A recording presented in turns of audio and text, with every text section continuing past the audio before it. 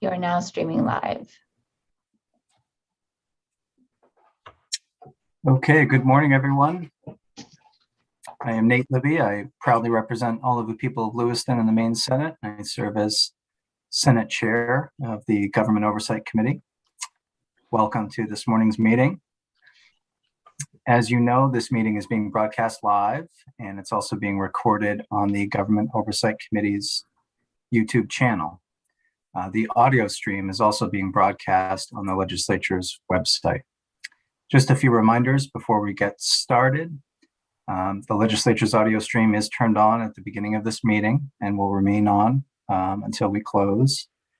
The YouTube stream is turned on as well and will remain on for the duration of our meeting, including during breaks. Please remember to mute yourself when you are not speaking. Written materials for this meeting have been mailed or they've been distributed electronically to committee members, and all of those materials have been posted on the OPEGA website at the start of this meeting. You can find that by going to the OPEGA website and navigating to the GOC meetings section. During the meeting as well, the OPEGA director and staff may be sharing some of those documents on the screen. During the meeting, the chair will recognize committee members, staff, or others to participate. Folks may get the attention of the chair by either using the raise hand function in Zoom, raising or waving your physical hand to get our attention on camera, or by making a request in the chat in Zoom. But please remember the chat function in Zoom should not be used for any substantive discussions or committee business because that is not visible to the public. Please limit the use of chat to getting the attention of the chair or getting help with technical issues, and OPEGA staff can help facilitate those resolutions. Finally, just a reminder for committee members that for any vote that we are taking, members must be verifiable through both audio and video. So we must be able to see and hear you to properly record a vote. So with that, we will go into introductions of committee members. And we will begin with Senator Keim. Good morning, everyone. My name is Lisa Keim, and I'm proud to represent Senate District 18, which is Northern Oxford County and 2 communities in Androscoggin. Senator Bailey. Thank you, Mr. Chair. I am Donna Bailey, proudly serving the residents of Saco, Old Orchard Beach, Hollis, Leamington, and part of Buxton in the Senate. Senator Bennett. Oh, hi, everyone. I'm Rick Bennett. I have the privilege of serving 13 towns in Cumberland and Oxford counties in Western Maine in the Maine Senate. Senator Timberlake. Thank you, and good morning, everyone. I'm Senator Jeff Timberlake. I represent District 22 in Androscoggin and Kennebec County. Senator DeChambeau. Good morning, everyone. I'm Susan DeChambeau. I represent District 32. Happen to be the neighbor of Senator Bailey.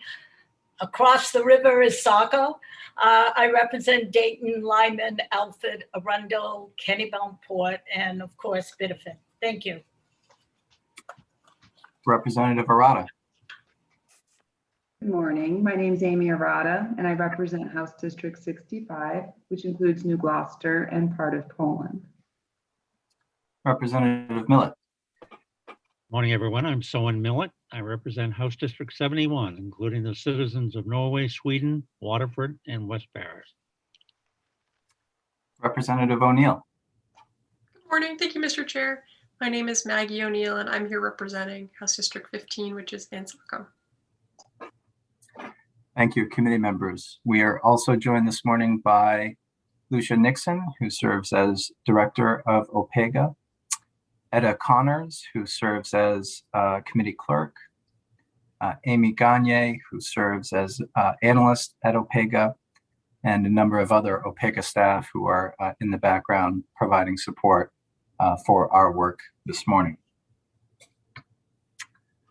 So with that, we will begin with our agenda.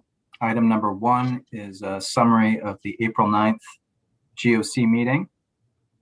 No vote is required here, but committee members are welcome to provide any feedback, edits, or changes to those meeting minutes.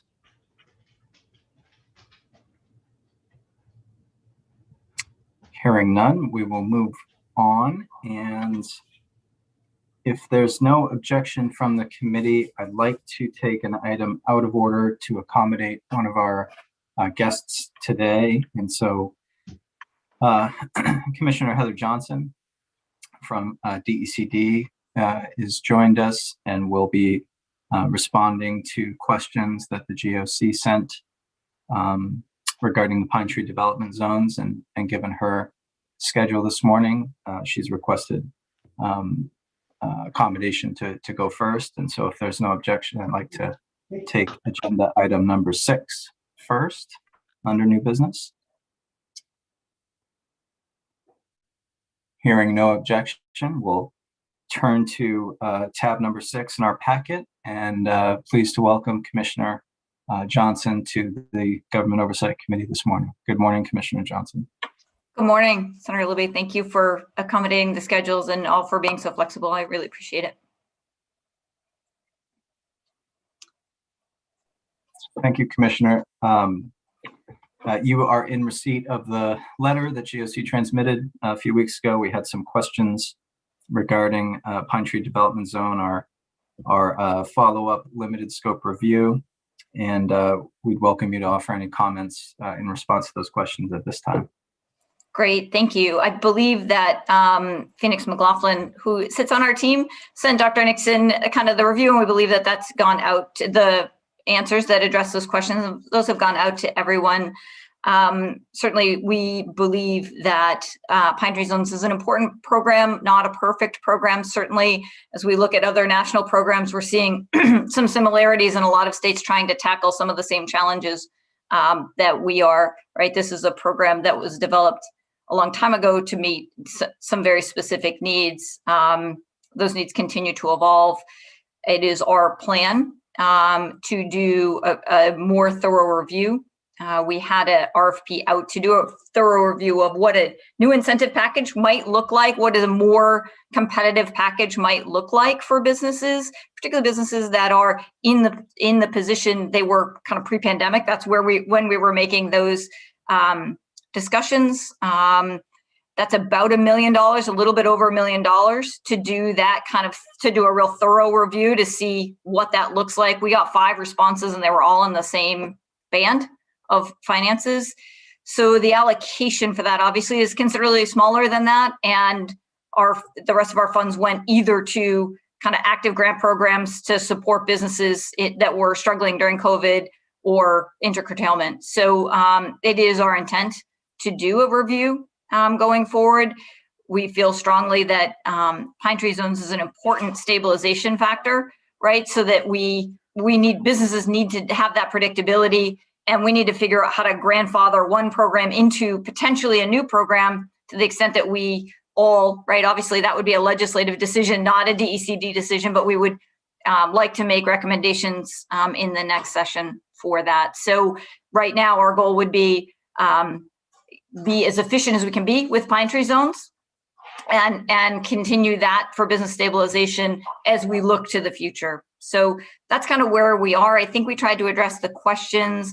One other piece that might be helpful to this committee, and I think Phoenix included it in the document, is we have gone out and procured a new support system, a new customer relationship management system that will allow us to do a better job at evaluating who's using the tool, is it impactful for them, and get real-time data. So as you all want data, we would be able to provide real-time data to you and have more information about kind of the growth of those businesses. That will be online in this fall. So Senator Libby, I don't know if that's helpful context. Happy to address any questions the committee has. Yes, it is helpful, Commissioner. Thank you. And just to clarify, did I hear you say the department wanted to propose changes for the upcoming January session in 2022, or were you referring to the next full legislature?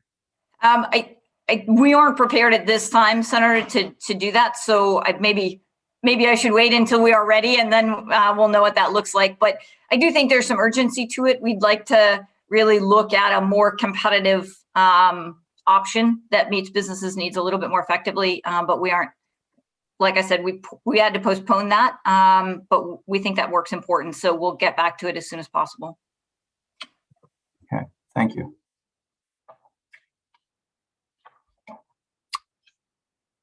So for committee members, there's a several page memo that was included in your packet from DECD, where the departments provided responses to each of our questions. And again, that's behind tab number 6 in your packet. I know Representative Millett has had questions about how this tax expenditure fits in with the strategic plan of the state, and there is some response to that.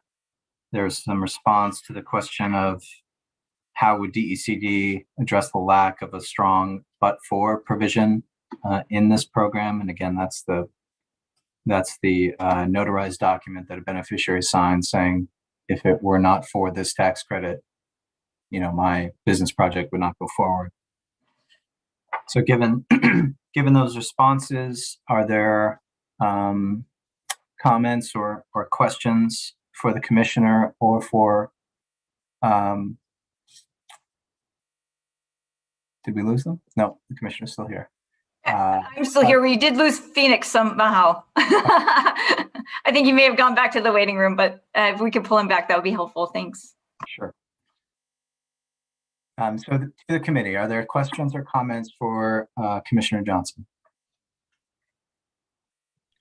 Representative Millett. Thank you, Mr. Chair. Relative to the first question that I think kind of came about through my suggestions on a review of how things that are incentivizing job creation and so on align with the strategic plan, item number 1. And your question, Senator, to Commissioner Johnson about, was she referring to the 130th second regular or the 131st first regular?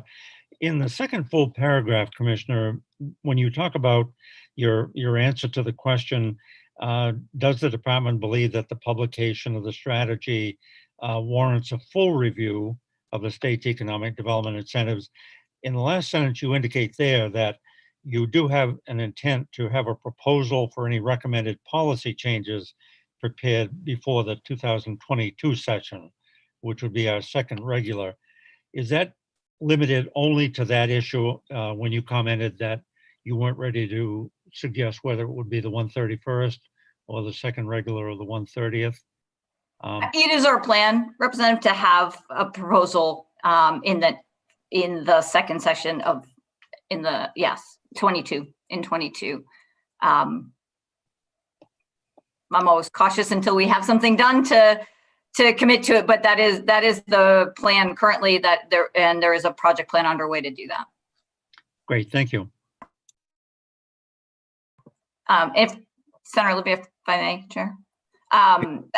Representative, also a little bit, we're working kind of the budget piece, right? And there's still some budget items out for review, for your all's review, and that may affect that timeline, but we think we have worked a plan that would allow us to do this study the way we need to and have it for the next session.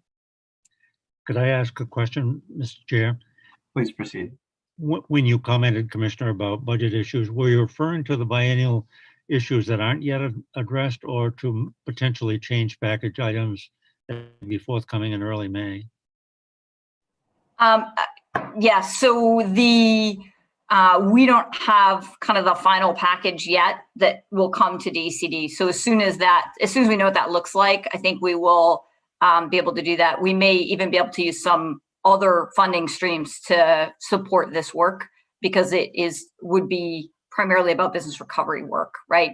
Incentive programs are about business recovery and business attraction. And so there may be some other federal streams that we can utilize that we're working on. We've applied for a couple of different grant programs through the EDA and other places that would give us the funding mechanism we would need. Thanks. I'm sure that Senator Bailey and Representative Arata and I would look forward to those updates before we get serious about the biennial budget. Thank you. Senator Khan. Thank you. Nice to see you, Commissioner.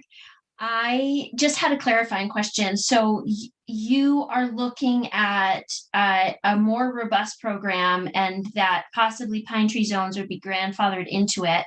But you had mentioned that a review of that was going to cost $1 million. But in the second regular session, so in 2022, you think you'll have something to tell us about what that more robust program will look like.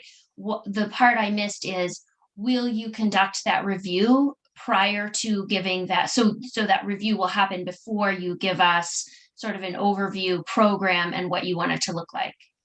Yes, Senator Khan, thanks for that question. Sorry, I didn't make that clear. I think it's really important to have data to build kind of forward-looking programs on. We need to have data on what our businesses need and say. We need to have data on what other states are doing, the states that we're competing with are doing. And we also need to collectively, and I say collectively because I think this is a partnership between kind of DECD, the legislature, the business community, and others to think about what are our priorities, right? Because we should leverage a model that attracts our priorities. If our priorities are good paying jobs, if our priorities are GDP, if our priorities are growth, there are a lot of different things there. When Pine Tree Zone was built, we were in double-digit unemployment, right? We aren't in double-digit unemployment anymore, even right this minute. And so now the question may be a little bit different that we're trying to solve for. And so I think it takes a real refreshed look on all of our parts to what are our priorities that we're trying to incent, and then build a program that incents those. Does that help, Senator? Yeah. My question was basically around the timing, and I'm sure you explained it well, and I just missed that. But then, so that my other question around this though is, when you're doing this review and comparing to what other states are offering and how Maine looks in comparison, are you broadening out the look to what attracts businesses isn't only the offerings we have, it's also what is our taxes like, what are the impediments to business growth, that I've been, as you know, I was working with just looking at the structure for just how people get their business permits and that whole sort of structure around what growth looks like and whether Maine is an easy place to grow and to come into. So just wondering if that was going to be part of the review, or is it simply just a dollar thing? No, I think you're absolutely right. There are a number of factors that weigh heavily as businesses make a decision either to stay and grow where they are. So talking about kind of existing Maine businesses as well as attracting new businesses. Workforce seems to come up in almost every discussion with businesses as we talk to them, right? How do you get us the people? Are the people trained and ready? The regulatory climate, of course, there are a number of others. And so that's part of why the evaluation is more thorough and a little bit more expensive. And I should have been more clear as well. The $1 million is a 5-year relationship with this company to continue to evaluate, right? It does the upfront kind of incentive-based work and then does a multi-year look at kind of, is it working the way we thought it would? Are there adjustments that need to be made? These are fairly large programs that continue to, I think there's a lot there for us to learn and improve on. And again, I think we've got to be careful so that there's a predictable base for businesses to work from, which is the grandfathering and kind of this effective transition plan. But also there's a way to optimize it for businesses without increasing the cost potentially. And we need to be actively kind of looking at those choices as well. So that's the intent and how we would go forward. I don't think this is a one-time you do it and you leave it. I think we need to be kind of actively looking at, did the changes we make have the outcomes that we want them to? And how do we continue to improve on a base while having a predictable base? How do we continue to improve? I think, Senator Keim, your point is also why the but-for piece is a little bit fluid, right? It's really hard to say, but for one thing, people make decisions, right? It's a lot more gray than that. And there's a lot of competition between states to try to attract this investment. And so if it were one variable, we would probably, it would be a lot simpler. That's right. But that's not where we are. And we want to, this is a chance for us to do this right as we make this adjustment. So yeah, thank you for that answer. I am highly supportive of something that looks at the whole business environment and not just what the state can hand out for incentives, but looking at, is the state attractive to business as a whole? So I think that's I look forward to hearing that information. Thank you. Yeah. Other questions or comments from the committee?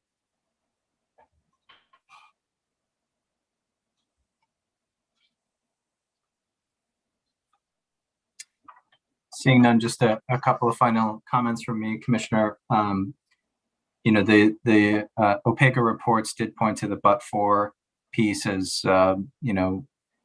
highly concerning, as not an effective measure of whether an incentive is going to the right entity or not. It appears you're well plugged into some of the national conversation around alternatives to but-fors. So I think you know this, but the GOC is interested in seeing those conversations through and hearing what you report back on what other states are able to employ to help ensure accountability in the program. So that's number one. And number two, just as a side note, I'm pleased to see the department has taken the step in deploying a customer relationship management tool, a CRM, in the organization that I run. We also use Salesforce. It's a very, very powerful tool for measuring activity and collecting and reporting out data. So I wish you the best on that project. Thank you, Senator. And one of the reasons we selected Salesforce is because we do believe a lot of businesses are using it, a lot of other economic development entities are using it, and it will start to help create that fabric that we keep talking about of how can we share information, how do we work together? And so we're hopeful that will be a part of that solution. Great. All right. Last call for questions or comments from the committee. Seeing none, Commissioner, Mr. McLaughlin, thank you for joining us this morning. Thank you all. We appreciate your time. Have a great day.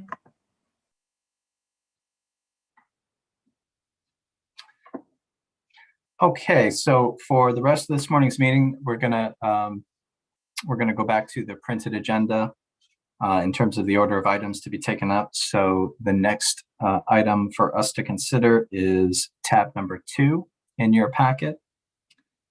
And we've invited Dr. Landry from the Office of Child and Family Services. He is the director of that office. As committee members know, we've been engaged in looking at child protective services for some time. Dr. Landry has taken over recently. I'm not sure how much time has passed since you've been here, Dr. Landry. I know you'll tell us, but I am aware that the Office of Child and Family Services has been busy making a number of changes to their programming. And so we thank Dr. Landry for coming here today along with his staff.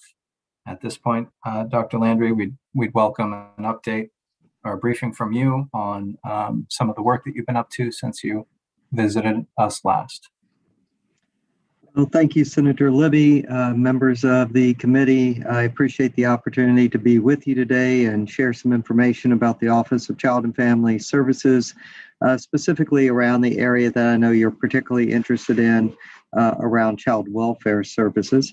To your question, Senator Libby, it's been a little bit less than 2 years since I came to Maine in this role as director of the Office of Child and Family Services. I believe I've been with the Government Oversight Committee 2 or 3 times during that time period, so I'm happy to be able to join you once again. I believe all of you should have received a copy of the PowerPoint that I'll be going through today. I'll share my screen in a moment and go through that PowerPoint. Hopefully, we'll answer many of the questions that you may have and provide you with good information. I'm sure you'll also have some questions at the end, and I'd be happy to take those both at the end as well as throughout the presentation, whatever the committee desires to do. Thank you, Dr. Landry. For committee members, I was mistaken. The PowerPoint was not included in your packet. It was emailed to you this morning by Etta, and it was sent over at about 8:15 this morning. So if we could just take a minute for committee members to locate the document and pull that up. We'll just give folks a few seconds, Dr. Landry, if that's okay.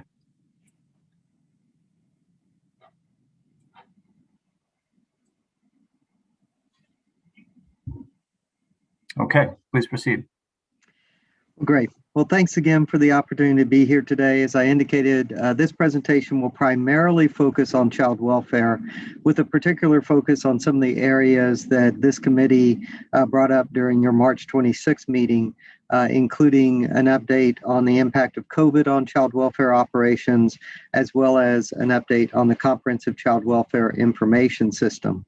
But before we delve into child welfare specifically, I did want to pay a short amount of attention to our other two primary areas that we support Maine children and families, both of which have direct and indirect linkages to child welfare.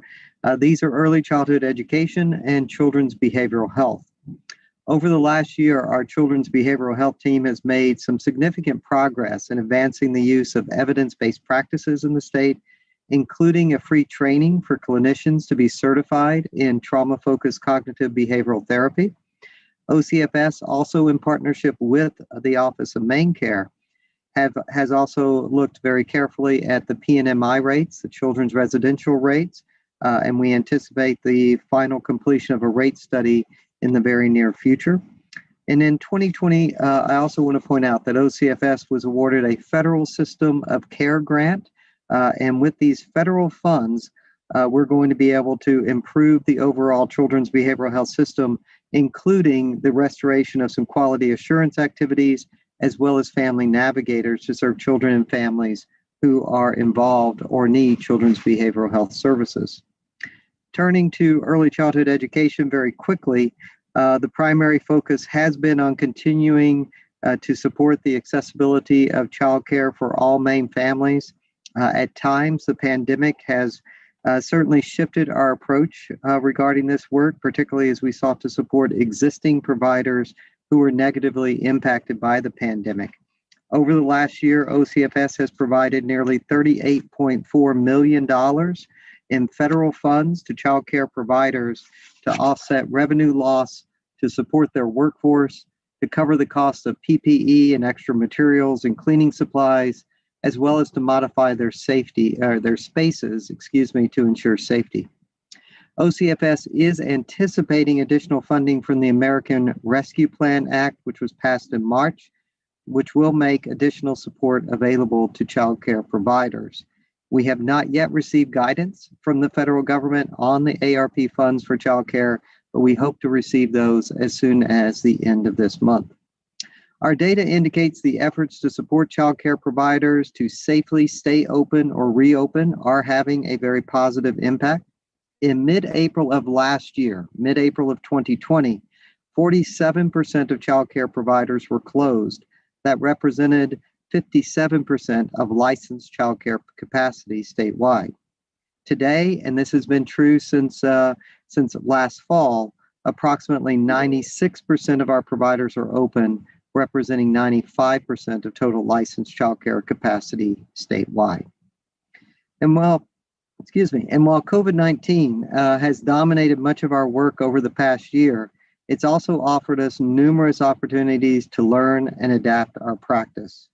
While the narrative around COVID-19 is often and completely understandably negative, we have also approached the pandemic as an opportunity to examine the ways in which our work has been transformed and what has and has not benefited children and families as a result.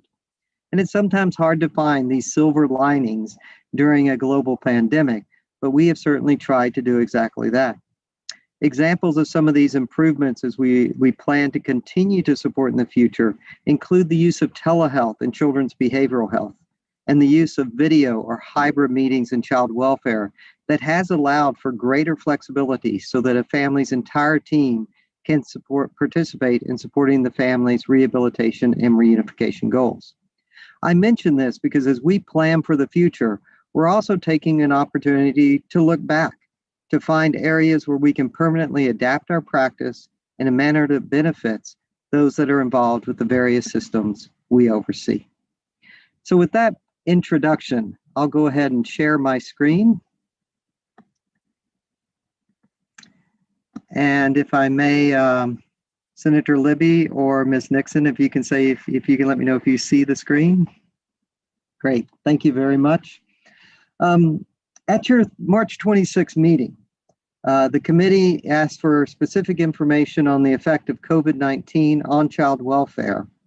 And so I'd like to start by showing you some data and sharing with you some data specifically as it relates to the impact of COVID-19 on child welfare.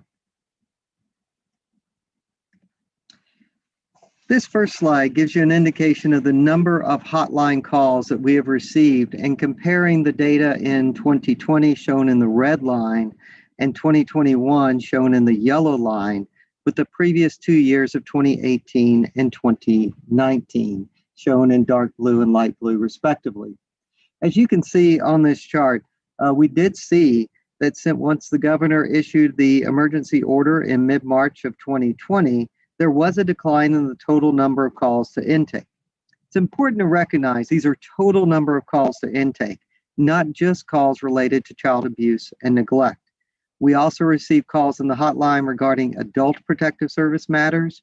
We get calls requesting consent for treatment for children in custody and information and resource and referral calls. So this chart shows you exactly what the total number of calls have been. And as you can see there, those average in general on any given month, 500 to 600 calls, although there is some variation during the course of the year. Now let's turn specifically to the calls related to allegations of abuse or suspicions of abuse and neglect. And this chart paints a bit of a different picture.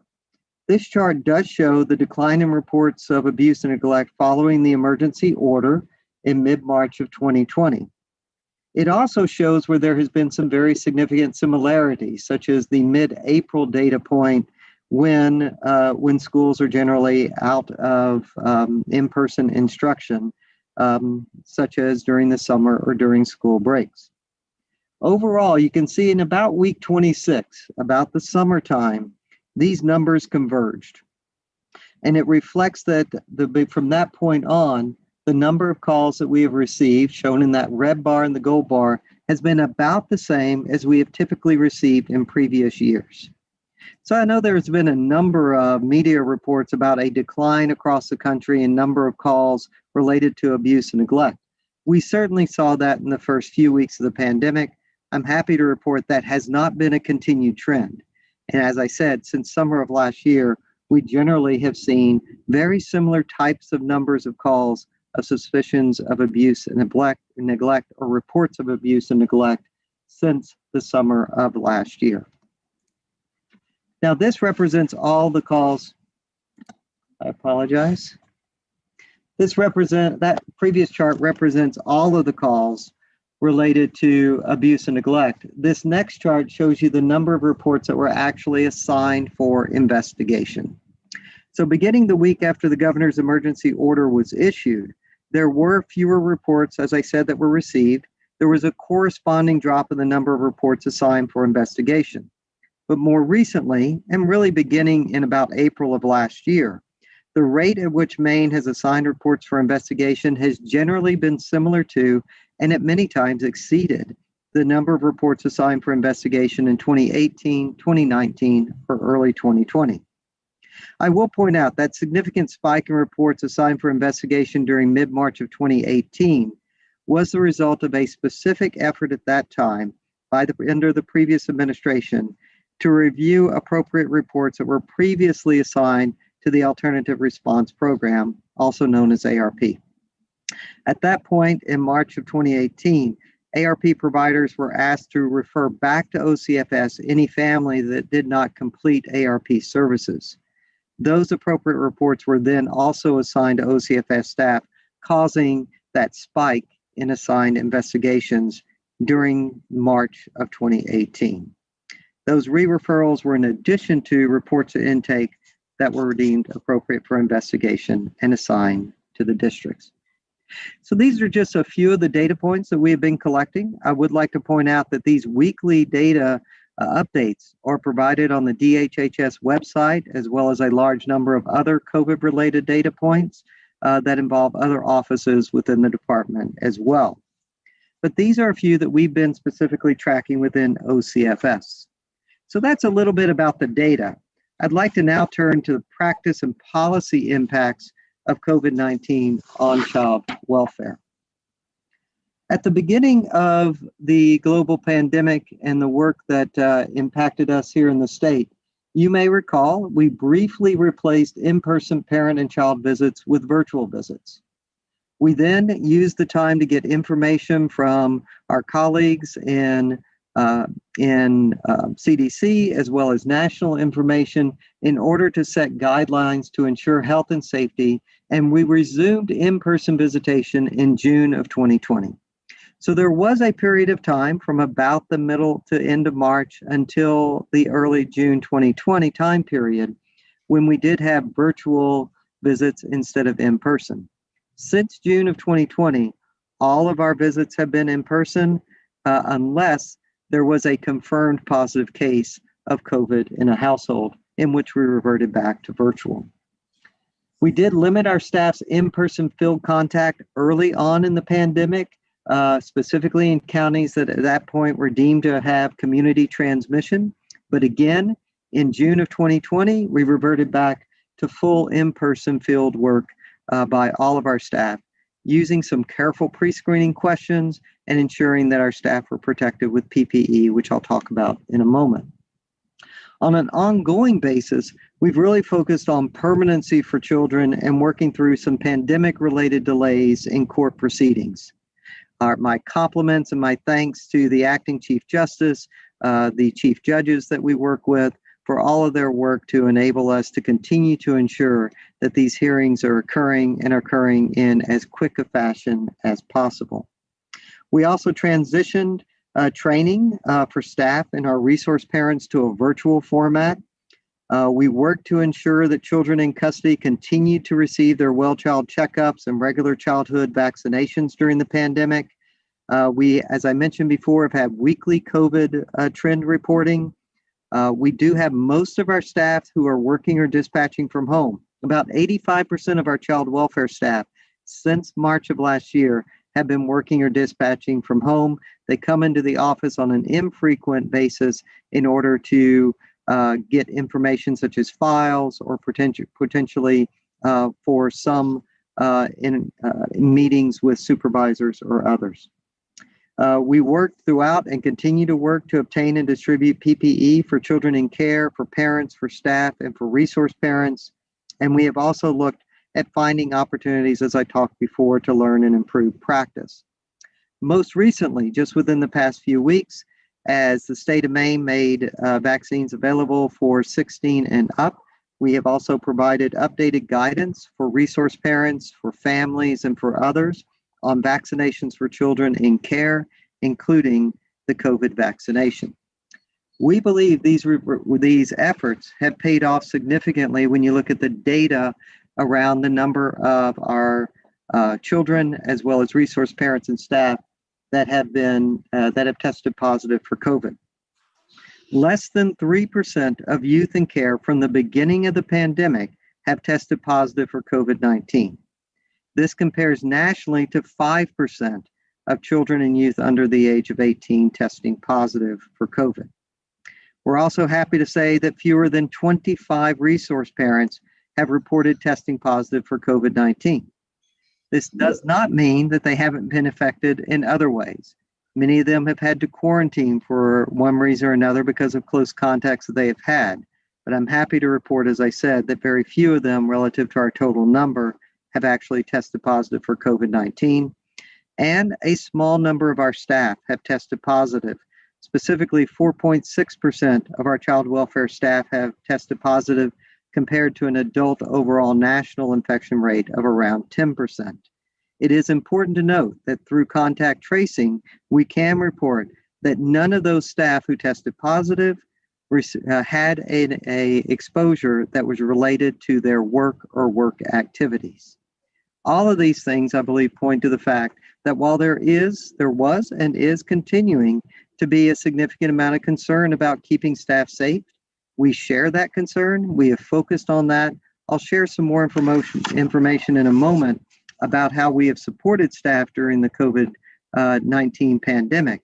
But I'm happy to report that we believe that this data points to the success that we've had in keeping our staff safe, the children in care safe, and our resource parents safe as well. You may remember about a year ago, I shared with this committee the 12 child welfare initiatives that we were going to be focusing on and to improve and to continue to work on improvements in our child welfare system.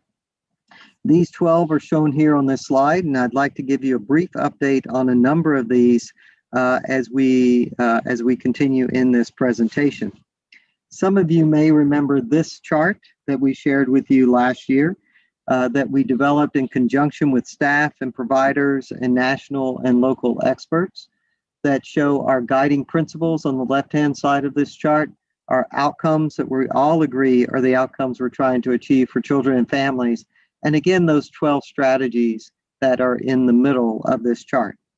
We continue to focus on these strategies. In December of 2020, we provided and have publicly posted an update on the implementation of all of these strategies. I hope you have had an opportunity to review that. If you would like a refreshed link sent to you to that report, please let us know, and we'd be happy to provide that to you. I want to start, as we look at these 12 strategies, to talk about permanency. Permanency is one of the ultimate goals that we try to achieve as quickly as possible for children who come into the care and custody of the state. I think we would all agree that the faster that a child achieves permanency, safe permanency, the better off that child is going to be. We have dedicated staff to reviewing, as you can see here, on some of our specific tactics to focus on permanency. We've dedicated staff to reviewing entries and exits and identifying trends that may need to be addressed. We've created a permanency review process, which looks at every case at the 6-month mark. And we also ensure that every case gets a close examination if the child has been in care for over 2 years. We've collaborated with the courts, as I mentioned before, particularly during the COVID-19 pandemic. And we've also used the structured decision-making tool and educated staff and trained staff on that tool to help support permanency decisions. Permanency is a vital area that we continue to look at. It is an area that we believe we have some more work to do in order to ensure timely permanency for children in care. But we have some specific tactics, as you can see here, to help address those timely permanency challenges. And we believe we're making some good progress to improve in this area. As one example of our progress around a focus on permanency, this chart shows you the number of children in DHHS custody and the trend from the beginning of 2020 to April of 21. At the beginning of 2020, as you can see there, we had 2,213 children in state custody. During the course of the pandemic, for a variety of reasons, including those court challenges that I mentioned before, we saw in general an increase through the fall and into the fall of 2020, reaching a high number of about 2,380 children in care. Since October, we've seen a steady, safe reduction of the number of children in care, and we currently, as you can see there, as of early April, have just under 2,200 children in care, which I'd like to point out is below the number of children we had in care at the beginning of 2020, and certainly below the number that from the beginning of the pandemic in mid-March. When you look at this in the total perspective of children in the population in Maine, about 0.8%, 0.88% to be exact, of all children are in Maine state custody. Doing a little bit of a deeper dive on permanency outcomes. You can see here, these are federal fiscal year reports. We're required to report to the federal government as part of their ongoing oversight of us on child welfare, permanency outcomes. And you can see the data on the permanency outcomes back to federal fiscal year 2013, all the way to federal fiscal year 2021 year to date. And as you can see there, from 16, 17, and 18, we had reunification rates in the low to mid 40% marks. In 2019, that increased to 57%, further increase to 60% in 2020, and a bit of a moderation this year to 53%. I do want to point out that nationally, the average is about 55%. So nationally, about 55% of children exiting state custody exit to reunification. I also want to point out that these charts also have a significant impact, or are significantly impacted by the reasons that children may come into care. As we've reported to this committee before, substance use is a factor, not necessarily the only factor, but a factor in over 50% of all removals.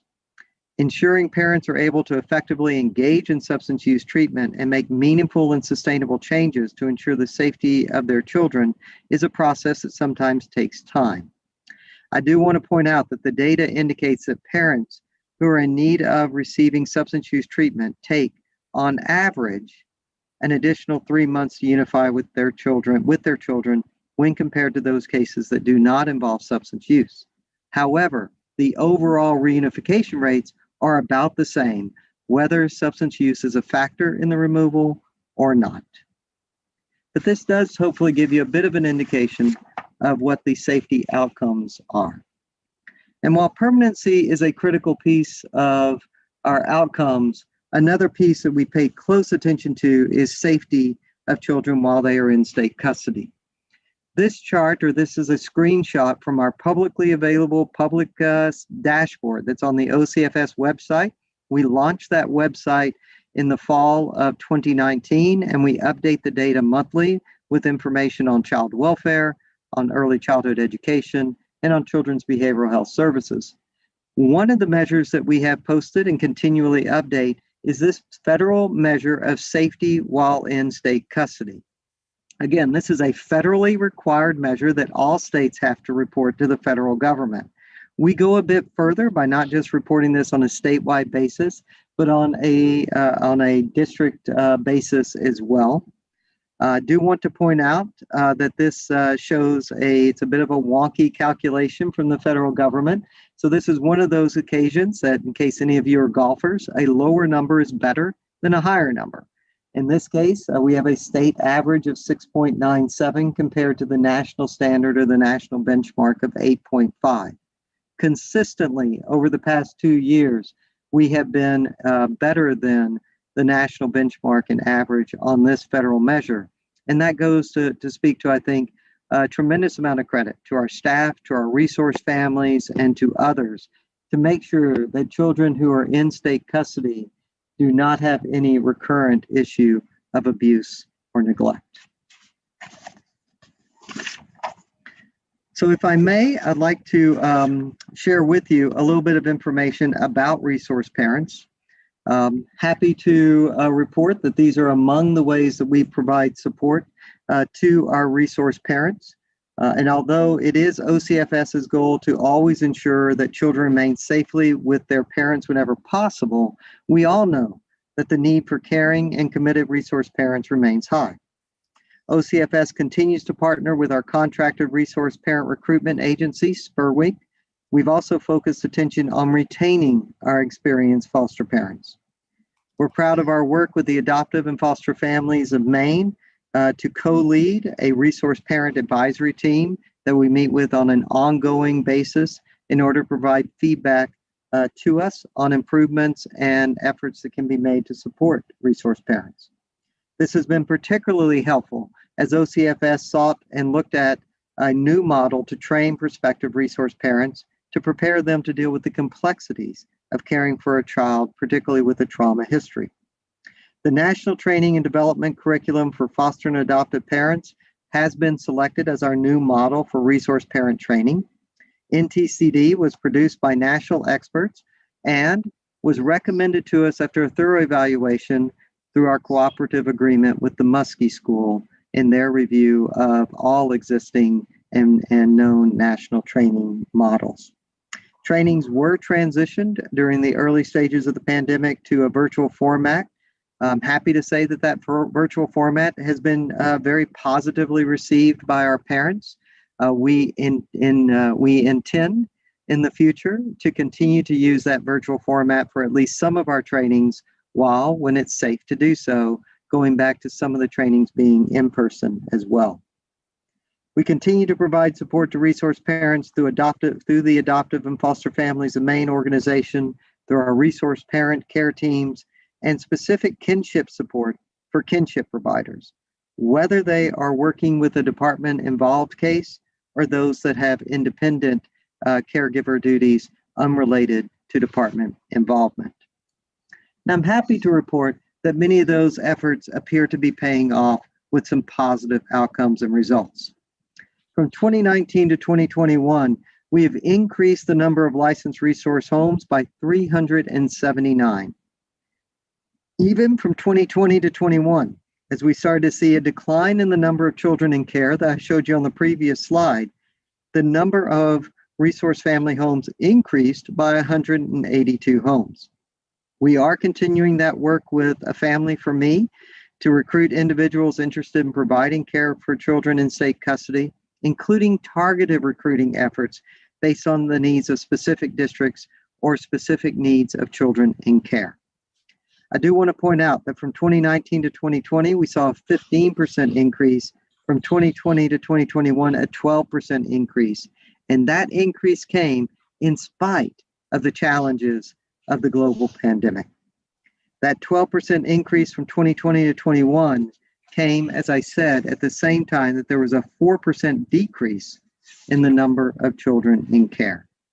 I do want to point out and say our thanks again to all of our resource families across the state. They provide a critical support to provide care and safety for children who are in the custody of the department. And we salute them, we honor them, and we thank them for all that they do to help children in the state of Maine.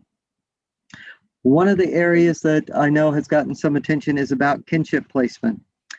And I did want to point out this chart here that shows these are placements for federal fiscal year 2020. Again, this is a federally required report. And you can see in federal fiscal year 2020, in the dark blue piece of the pie at the bottom of this chart, 43% of our children were placed with kinship or relative caregivers. This compares to a national number, the latest data that we have as of September 30, 2019, 32% of children in custody nationwide were placed with a relative caregiver. So I'm very happy to report that here in the state of Maine, we've been able to locate safe relative caregivers for a larger percentage of our children in care in Maine versus that national average. And while certainly we want to continue to support children to stay safely with their families, when that can't happen, our first alternative, in the first place we always look to see if there's a safe relative who can care for these children in order to help provide them continuity and consistency with their placement. I mentioned a moment ago our work with the Muskie School around evaluating and deciding on a training model for resource families. That is just one component of our Muskie School cooperative agreement that you can see on this slide. We've partnered with the Muskie School, for example, to conduct a comprehensive review of all of OCFS's child welfare policies. These policies are a critical link to field staff as they seek to ensure high quality practice and maximize the support available to children, to parents, and to resource parents. Several policies have already been updated through this process, with more being completed all the time. In addition, new policies have been developed where gaps have been located or where the pandemic may have created the need for additional policy guidance. Muskie has also assisted our policy and training unit with evaluating the currently available trainings for staff, looking at baseline data, utilizing Muskie's knowledge base and effective training strategies, and developing a plan to expand the availability and accessibility of training for our staff. One major component will be the upcoming implementation of a new learning management system through Brightspace. This will allow more trainings to be delivered remotely and for remote trainings to be more engaging. This is particularly important, as I'm sure you all recognize, given the impact that COVID-19 has had on training modalities. We've also partnered with Muskie to modernize and update our foundations training for all new caseworkers. A new framework for this training was developed and then quickly adapted due to COVID-19. In addition, we've added additional coaching support through our policy and training team and new supervisors for new staff as they implement skills and concepts learned in foundations. We've trained several cohorts of new caseworkers through this training model. It's been well received. We continue to update it, but it has been well received both by new caseworkers and those providing the support to caseworkers. One of the tools that our staff use on an ongoing basis is structured decision making. Sometimes you might hear us refer to this as SDM. This is an evidence-based tool that's used within child welfare services to assist our staff to create high-quality, consistent practice when making safety decisions about child abuse and neglect and the assignment of appropriate services and support. You can see it has three kind of primary pieces: intake, investigation, and permanency. The investigation component came online first in December of 2018.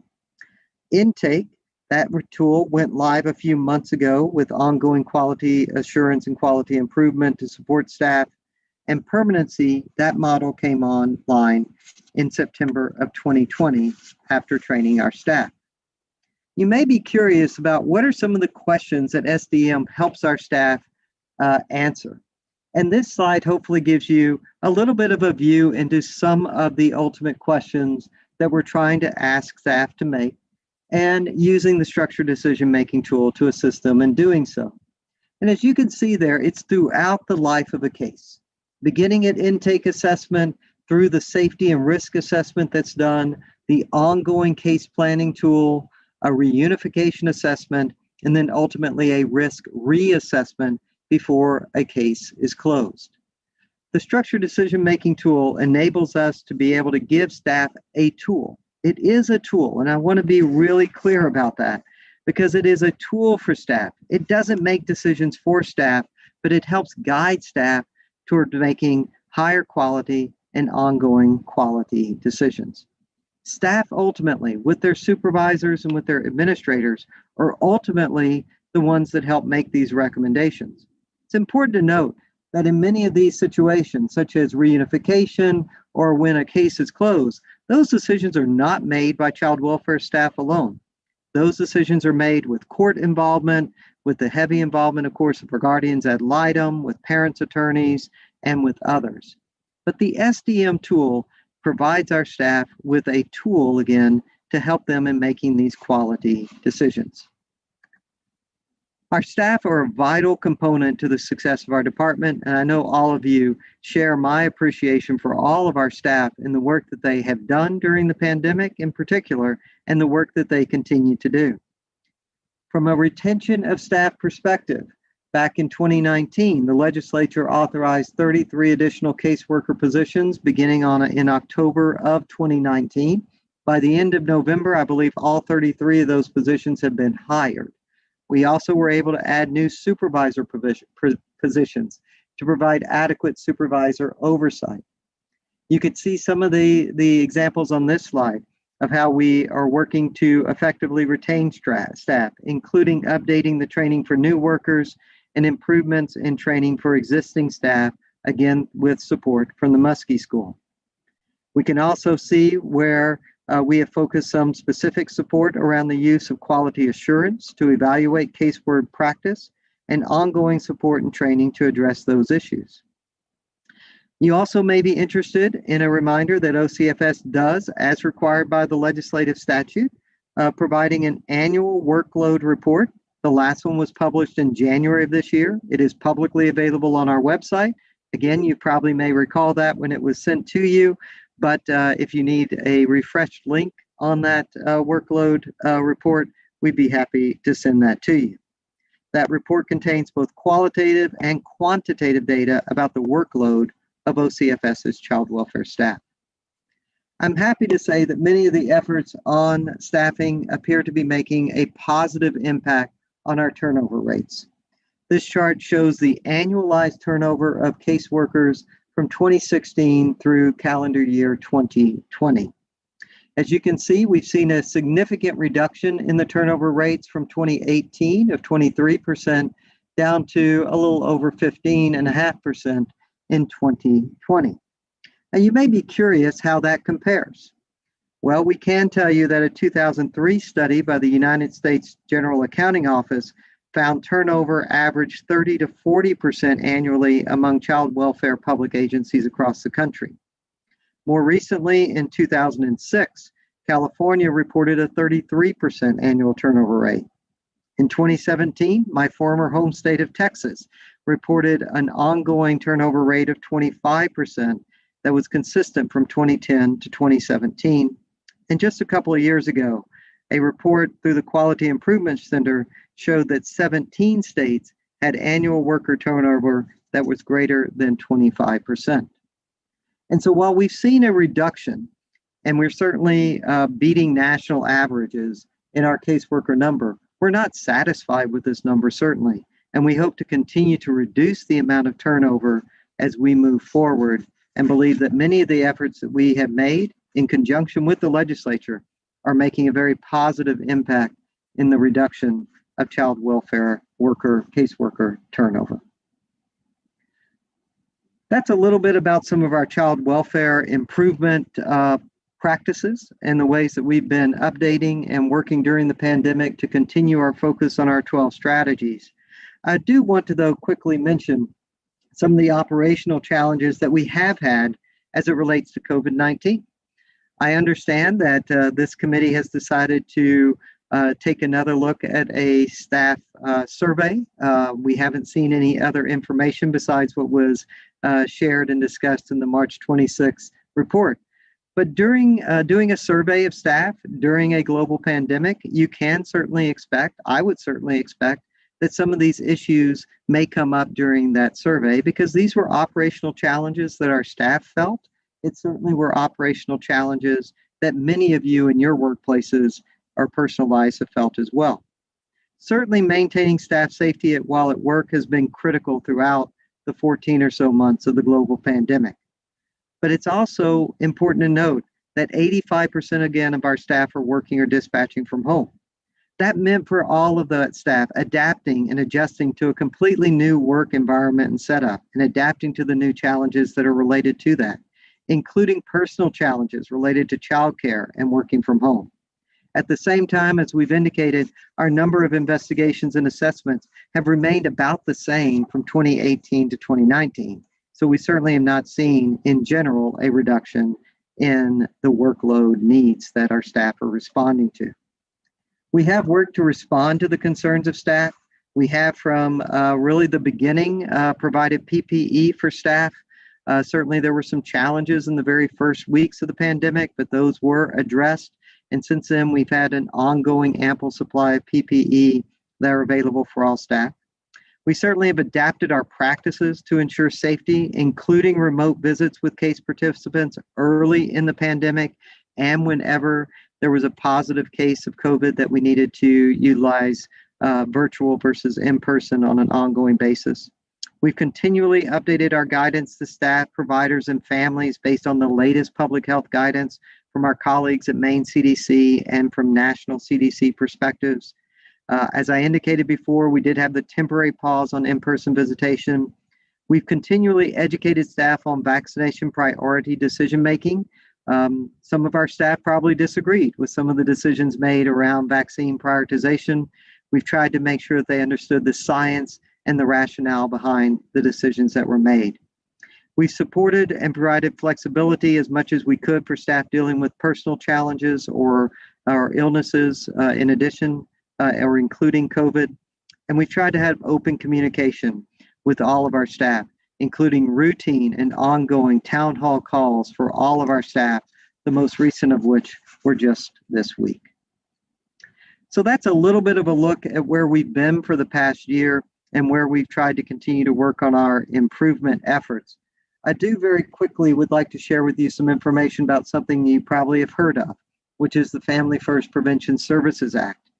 This is a federal act that was passed in 2018 that our state here in Maine will be implementing or plan to implement in October of 2021. We are currently awaiting the federal approval of Maine State Plan. I'd like to give a lot of credit to our team and the large number of stakeholders who have helped us build our state plan. We are the only New England state that has submitted a state plan for federal approval, and we anticipate will be the first New England state to gain approval of our plan. The real focus of Family First is really twofold. One is around prevention services for children and families, preventing where safely possible the imminent removal of a child into foster care through the provision of federally approved trauma-informed and evidence-based services. The second part of Family First is around increasing quality and appropriateness of residential care. That's an area where Maine is one of the leaders in the country. Casey Family Programs reported to us recently that Maine had the lowest percentage of children in care in congregate or residential settings, 2.5% currently. Part of the Family First Prevention Services Act is really addressed at other states where they have a much higher percentage of children in congregate care settings. So we are well positioned, we believe, towards increasing and meeting the requirements of Family First. A few pieces about Family First on the prevention services side.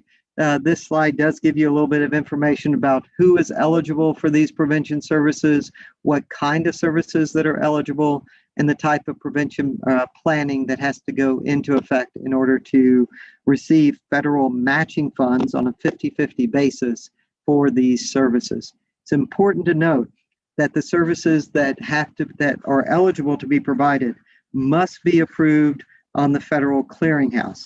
So the federal government decides which of these services are allowable in a prevention plan. It's also important to note that 4E dollars are only applicable for those services that are not already funded by Medicaid through the state Medicaid program. You can see there are four kind of big buckets of types of services, including substance use disorder, mental health services, parent skill building services, and kinship navigator services. Of note, the substance use disorder services and mental health services are all Maine Care funded. So our work around Family First will be around supporting the ongoing development and work around increasing the availability of these services. But for $4 we propose to be spent on expansion of parents as teachers and the standing up of a new program in the state called Home Builders. Both of those fall within the in-home parent skill building services that we believe provide a critical continuum linkage for families who need those services. Regrettably, there are no kinship navigator programs that the federal government has currently approved through their clearinghouse. We continue to work with our partners at AFFM and recently through a national collaborative cross-site work that Casey Family Programs is leading in order to help build the evidence for at least one or more kinship navigator programs to be approved. When and if that happens, we'll certainly look at those approved programs as an opportunity to leverage additional 4E matching dollars for the state. I indicated the matching dollars component of that, and one of the ways our strategy in OCFS on implementing Family First has been a reviewed or a renewed look at our alternative response program. Alternative response is a contracted service where certain low and moderate severity cases were referred to these contractors instead of having an OCFS response. There were some and have been some concerns about ARP, including concerns about disparate experiences of families, depending upon whether they have a referral to ARP versus a referral to a district for investigation. There also exists, on our part, a desire to ensure equity for all families in all of these investigation cases. So based on those concerns and based on that review, we've made the decision to not renew the ARP contracts when they expire at the end of December of this year. We're going to utilize part of that ARP contract funding currently to add 15 new investigation caseworkers. This is one of our budgeted initiatives that the legislature is considering to ensure that all appropriate reports receive an investigation by OCFS staff.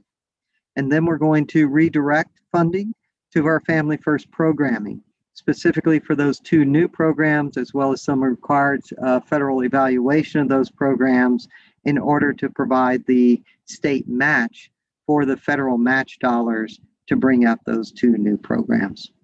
Your colleagues on the HHS committee have done a deep dive into how Family First. Certainly happy to do another deep dive with this committee if you're interested, but I wanted to at least address it at a high level in case you may have some questions or may have heard some pieces about Family First. The last topic that you asked us to address in your March meeting was the Comprehensive Child Welfare Information System. We are in the process of developing that system, and this shows you the timeline. In September of 2018, there was a legislative initiative to develop the system, and the legislature provided initial funding for the development of the CWIS system. The RFP process was conducted in 2019, as you might expect, a very complicated RFP process. But in early 2020, Deloitte was awarded the contract through that RFP process, and the contract was concluded with Deloitte. In April of 2020, we began the system development. That system development is expected to take until October of 21, with implementation starting with training of our staff beginning in October of 21 and into early 2022. And then that will be followed by ongoing system updates, improvement, and maintenance. Again, I would just say as we work towards completing the system in 2018, the legislature provided the funding for the initial phases of development. Current budget initiatives, including a supplemental budget initiative, would provide funding for the remainder of the project. Child welfare staff has spent a significant amount of time involved in the development of this. The full system development has been done in a virtual format due to the challenges related to the pandemic. We are in the process right now of preparing to train staff on the new system beginning this fall. I'm happy to report that the project is on budget, actually a little bit under budget right now, and it is completely on schedule. We are completing this project on from my experience in working in the corporate sector as well as in the nonprofit sector, on a very quick timeline. My experience most recently in Texas, where the state embarked on a redesign or an update of its child welfare system. At the time I left in 2019, that process was in its 5th year of development and was still working towards implementation. So clearly we're on a much faster track than that. Our CWIS, or as our staff have voted to name the system Katahdin. These are the goals of that system: to modernize, to eliminate inefficiencies, allow for remote access for our staff is absolutely critical, but done in a very safe, confidential, protected manner.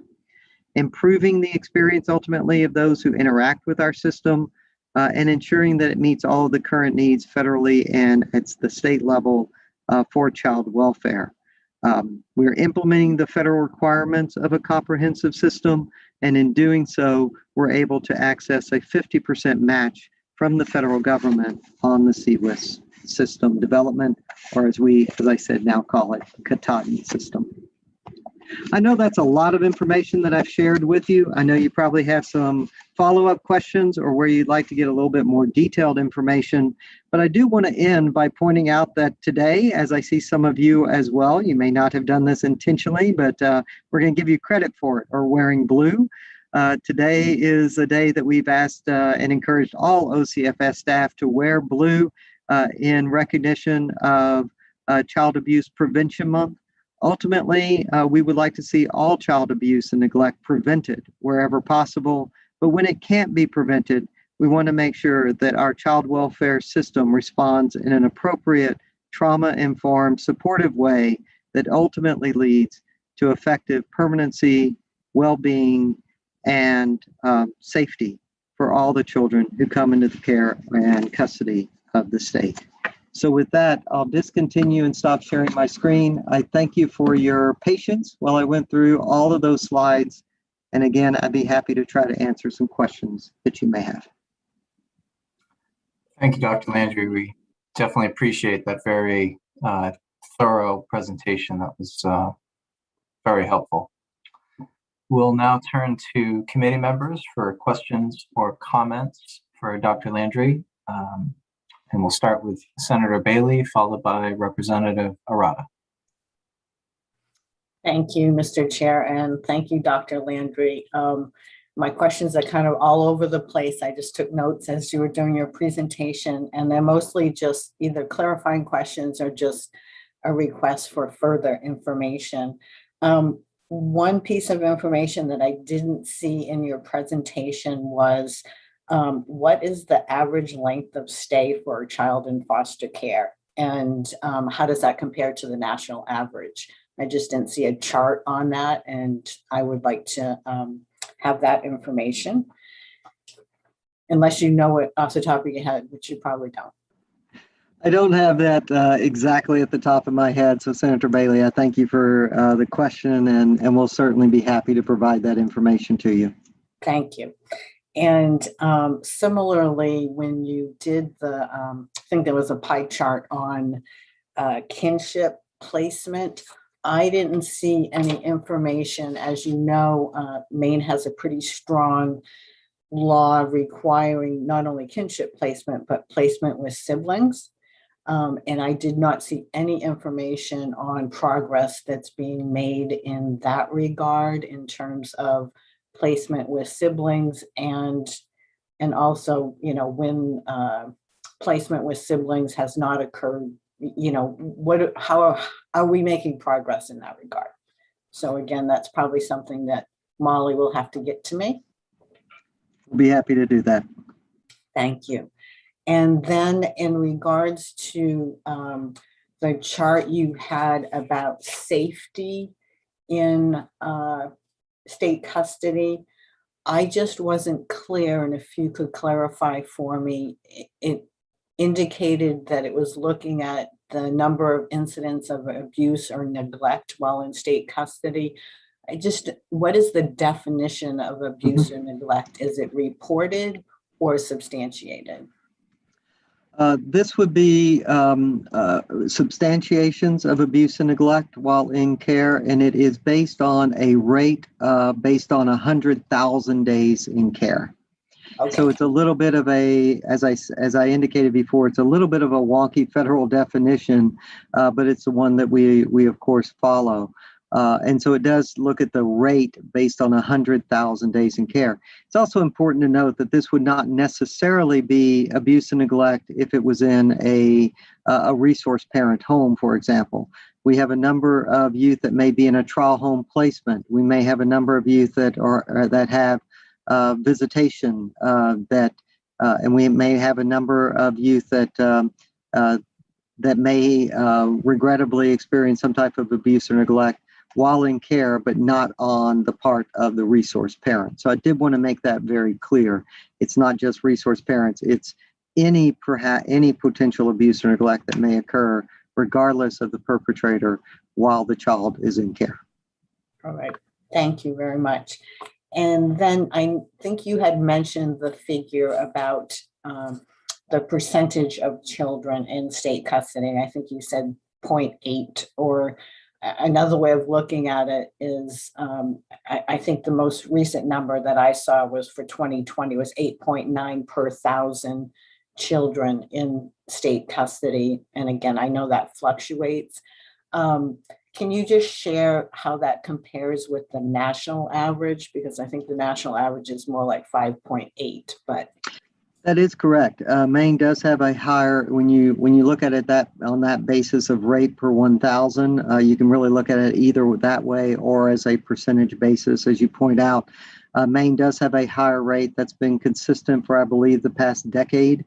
We've tended to have a higher rate. We're certainly not at the highest end of that spectrum across the nation, but again, we can provide you the latest data. I think the latest federal data will probably be federal fiscal year 2019 that we can compare to, but we'll get you that data. All right, thank you. And then my final question, I promise, and this is more because there was a recent report and I was not able to easily find, so since I have you in front of me, what is Maine's policy concerning children who are in state custody and are entitled to receiving Social Security benefits? What does the state do with those benefits, and how does the state ensure that those benefits go to those children once they exit state custody? Yes, thank you for that. And you're correct. I think there was some articles about this in some of the media reports, primarily, I think, national media over the course of the last few days or week. What I can say is that in the state of Maine, if a child has Social Security benefits and they come into the care and custody of the state, Maine does become the custodian, just as the legal guardian of the child. The funds are separately maintained from an accounting perspective.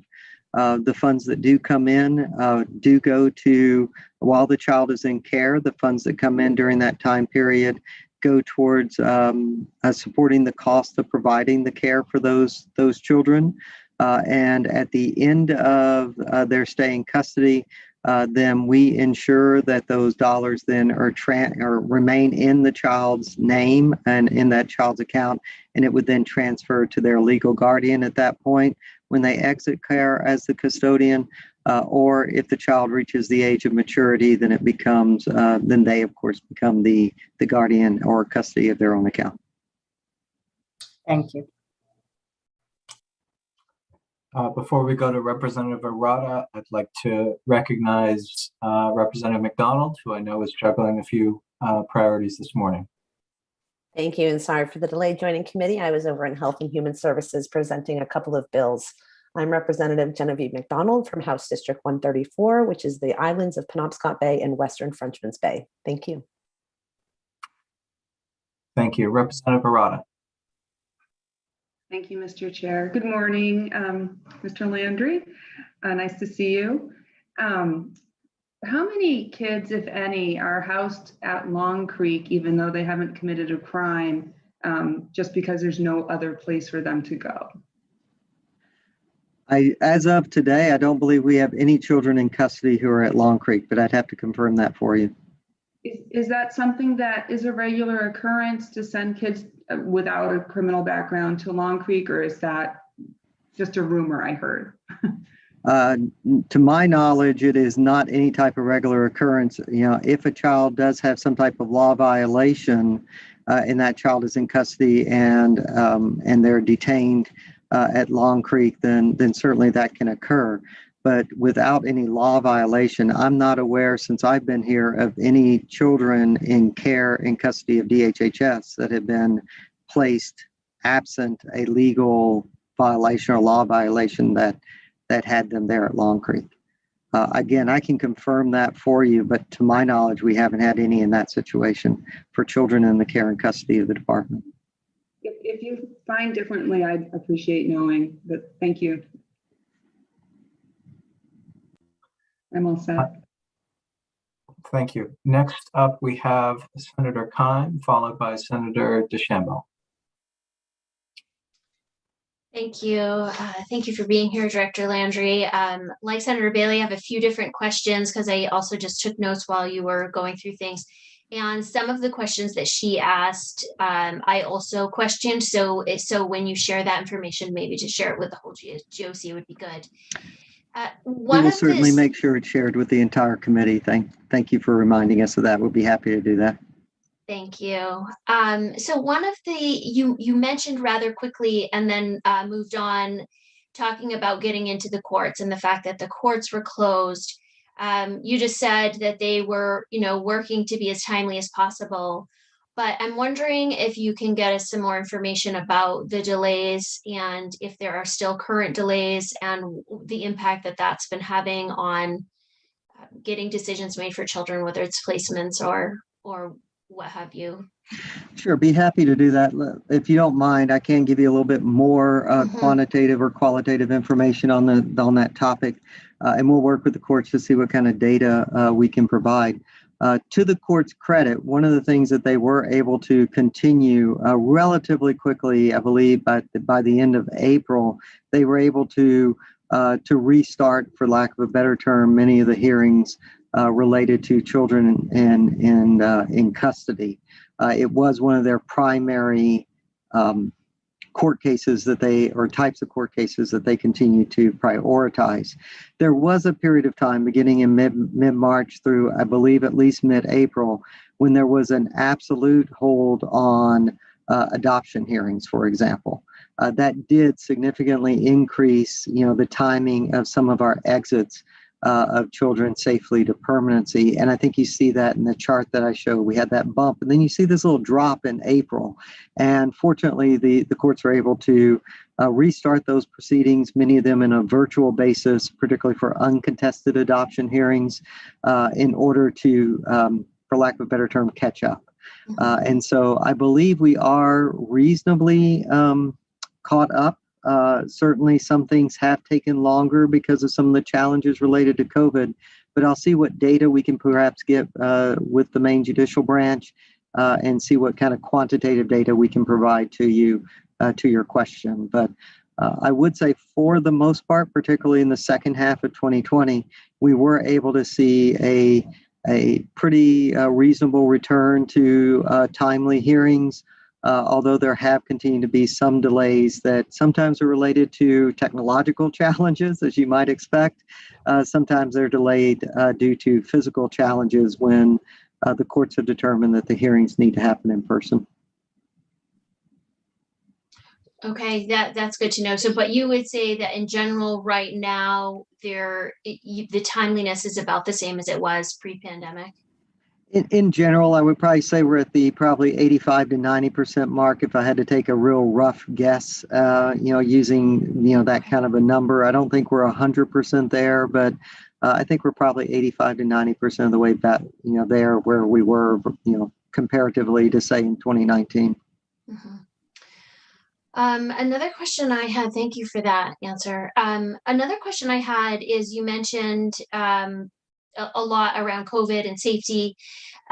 Will the children that are in state custody be recommended to get the COVID vaccine? Yes. And is there any age limit on that, or is it just as they become available? As they become available. So currently for 16 and 17-year-olds, they are eligible now. There is a very careful process and procedure and policy that we have in place.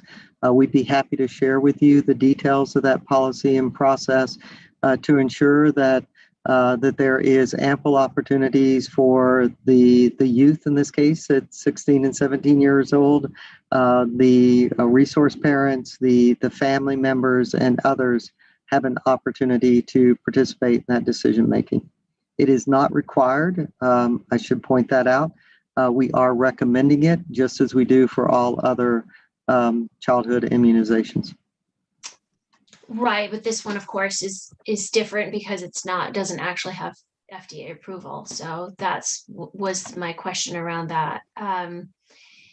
And so, as Senator Bailey somewhat touched on this, but you showed the service areas where children had been abused or neglected, and two of the service areas stood out pretty dramatically.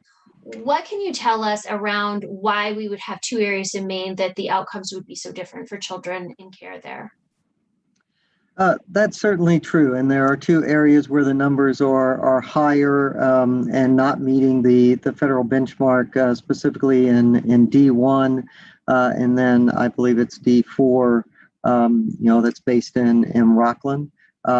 I don't have the exact details of why they may be higher in those areas versus other parts of the state offhand, but we can dig into that a little bit more and provide you with some more qualitative information. there could be a number of reasons associated with that, particularly in D4. Keep in mind, this is a rate calculation. And so as a result of that, a small number of potential abuse neglect situations could have a disproportionate impact on a rate calculation based on the denominator, in that case, the number of children in care. D4 has, in general, a lower number of children in care, so it may have a disproportionate kind of impact when you calculate it on a rate basis. So that's one example that I would give you, but we'll dig into that and be happy to provide you with more qualitative information on those two locations in specific. Thank you. Another, you showed a pie chart of where, the children from that are in state care and where they are, and the adoption rate was 3%. Is that low nationally? And I mean, it just obviously looks low to me because that seems an ideal situation. I think that's what the pie chart showed, was adoption was 3%. Can you comment on that, and if that number has fluctuated much, or if you see possibilities of increasing that? Yeah, that chart, and I can pull it back up if you'd like me to. That shows that's a pre-adoptive placement.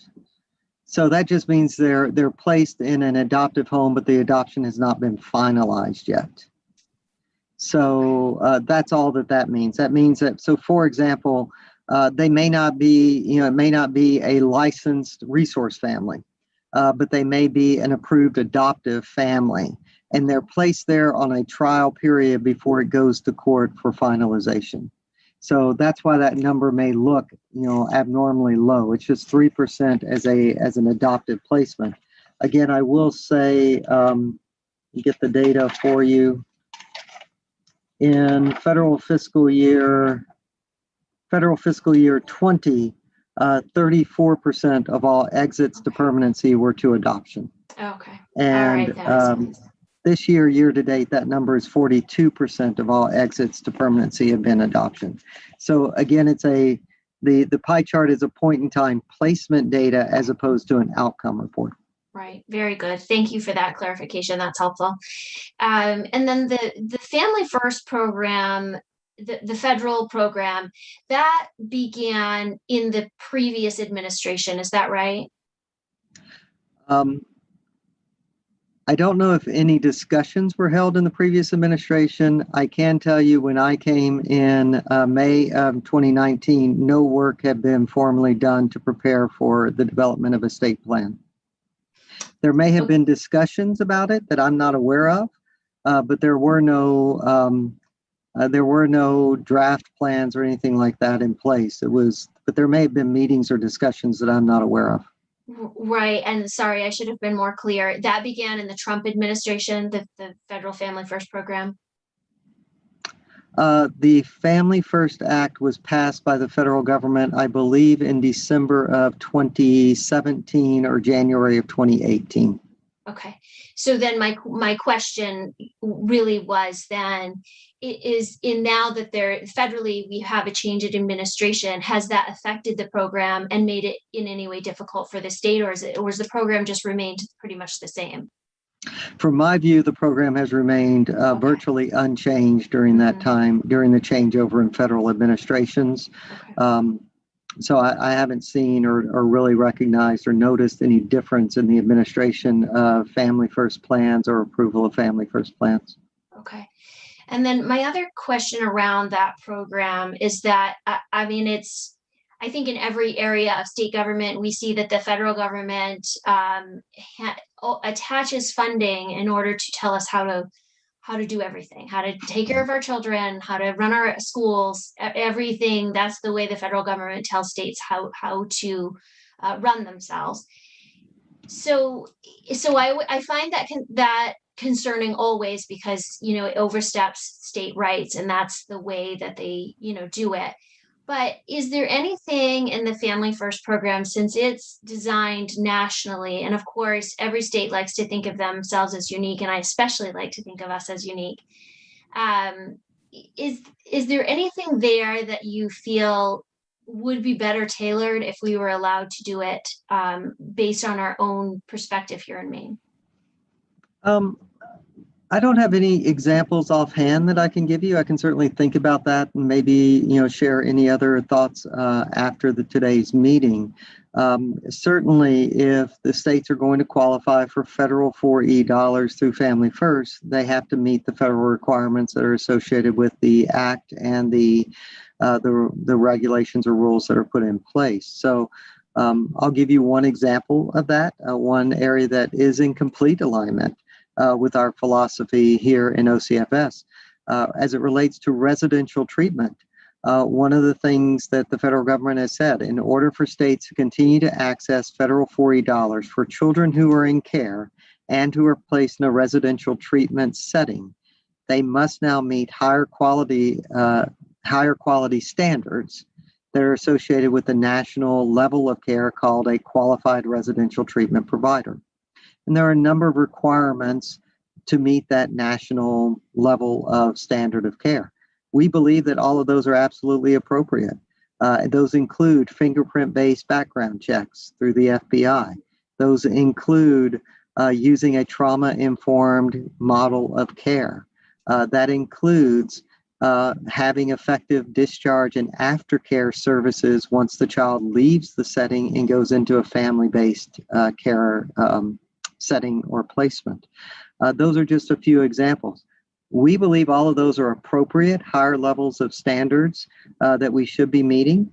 I'm happy to say that every single one of the residential providers, children's residential providers in the state, agree with us, and they are all working towards meeting that QRTP higher level of standard of care before this goes into effect in October. On the state side, our commitment to them was working with our sister agency in the Office of Maine Care Services was to conduct a new rate study that includes what the rate should be to support those higher levels of standards. That is one of the budget initiatives. That rate study is nearly complete, if not complete at this point. And we certainly are hopeful that the legislature will see this as a positive step forward. It will mean an increase in rates for the providers. And we look forward to being able to receive legislative approval to implement those higher rates in order to support that higher standard of care. We'll be able to continue to pull down federal 4E dollars for those placements. So there's a benefit to us from a fiscal perspective as a state, in my opinion, and there's a great benefit, and most importantly, a benefit to the quality of care that children will receive in those residential placements. And when you say, just this clarifying question, and then I'm done. And when you say the residential placement, so is that an increase in what we're paying foster families? Foster families are not included as a children's residential PNMI, and so no, that is not that's not inclusive of foster or resource parent rates. Thank you. Thank you for answering all my questions.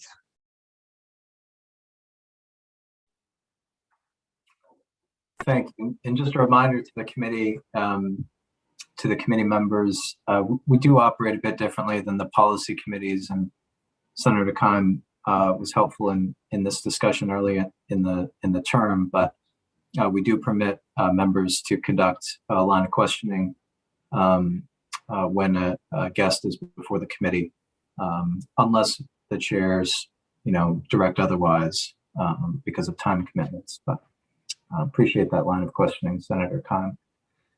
Next up, we have Senator DeChambeau, followed by Representative Millett. Thank you, Senator Libby. And thank you for explaining that. That took me a little off guard. I was close to saying, may I ask another question? So thank you. I'm glad I waited to ask these questions because listening to Senator Bailey and Representative Arata, they were pretty much on my train of thought, especially with, I'll begin with Representative Arata, and nice to see you again, I was going to call you Commission Director, okay, Landry. I enjoyed when I first met you, sat next to you at a committee meeting, and we talked about education and the role of education with children. So I still remember that, and thank you for that. If I may, I want to just address what Representative Verada asked about detainees. The Department of Corrections doesn't have anything to do with opening the door and someone comes from the court. Children between the ages of 12 and 18, at times, first of all, they have to commit a crime, go before a judge, and the judge is unable or unwilling to have that child return to the home that afternoon or that morning. And so they're placed in Long Creek as a detainee just for usually about a 72-hour period. No one wants to keep someone, it's just like failing to make bail. An adult would make bail and get out of jail. Children don't make bail. But you don't keep them longer than you have to. And between the defense attorney and the judge, they return, I think, to the judge within 72 hours. And usually it's just for a placement to find them either a group home or a foster home or what have you. But some do remain a little longer because of the status of the family. So I just wanted to mention that, but I want to get back to Director Landry. You know, when Senator Bailey kept saying state custody, my antenna, I worked for the Department of Corrections a number of years and started with juveniles in the days that they were called juvenile delinquents, and then they were called at-risk students, and now they're called youthful offenders. When she said state custody, I felt that those children were in state custody under a different umbrella, the Department of Corrections, but they were in state custody. The old in loco parentis, you have to act as if you are the parent. So there's a lot of parallel between the children in the Department of Corrections and the children with DHS. Having said all that, I was just prefacing it, is I know you've been working with the Department of Corrections in an attempt to close Long Creek in terms of finding some therapeutic homes in the community and even creating those. Could you share with this committee the role you play with those children who are also our children in the state? I'd be happy to try to answer that. I will say from the beginning when I came now almost 2 years ago, Colin O'Neill and I have had monthly standing meetings, specifically addressed to and getting to the topic that you're at, of where there is overlap between the Department of Corrections responsibility on juvenile justice and DHHS or OCFS responsibility from our statutory perspectives. So we do recognize and we do know that there's some overlap there. It is why, Senator, that you may recall that, I think we sat next to each other at one of the either the JJ Task Force or the Justice for Children Task Force, but certainly I served on the Juvenile Justice Reinvestment Task Force. And because of the recognition that there is some overlap between our areas, particularly sometimes as it relates to children's behavioral health services. And that is where I think we've had some of the most significant work between myself or between OCFS and Department of Corrections and between myself and Colin. We both have an absolute commitment to increasing the capacity and access in our state to evidence-based mental health and behavioral health treatment models. It is why we have partnered together to increase the availability of MST, multisystemic therapy, and FFT, functional family therapy. We've been able to braid funding, not share funding, but we've been able to braid funding, if you will, with things that we're able to provide support for, either through a main care rate or through efforts of children's behavioral health, combined with sometimes some efforts by the Department of Corrections to support providers. So that has been our primary area where we focus on it. Our fundamental belief that we share is for the majority of kids, this won't be for all, but for the majority of kids and youth, if we're able to provide strong evidence-based, proven, research-tested models of intervention earlier on in the process, if you will, or earlier on in the life stage of a case, the better outcomes we're generally going to have, including, hopefully, preventing most of those kids, the vast majority of those kids and youth, from having to enter higher levels of care, such as residential treatment, or ultimately, in some cases, perhaps detention at Long Creek.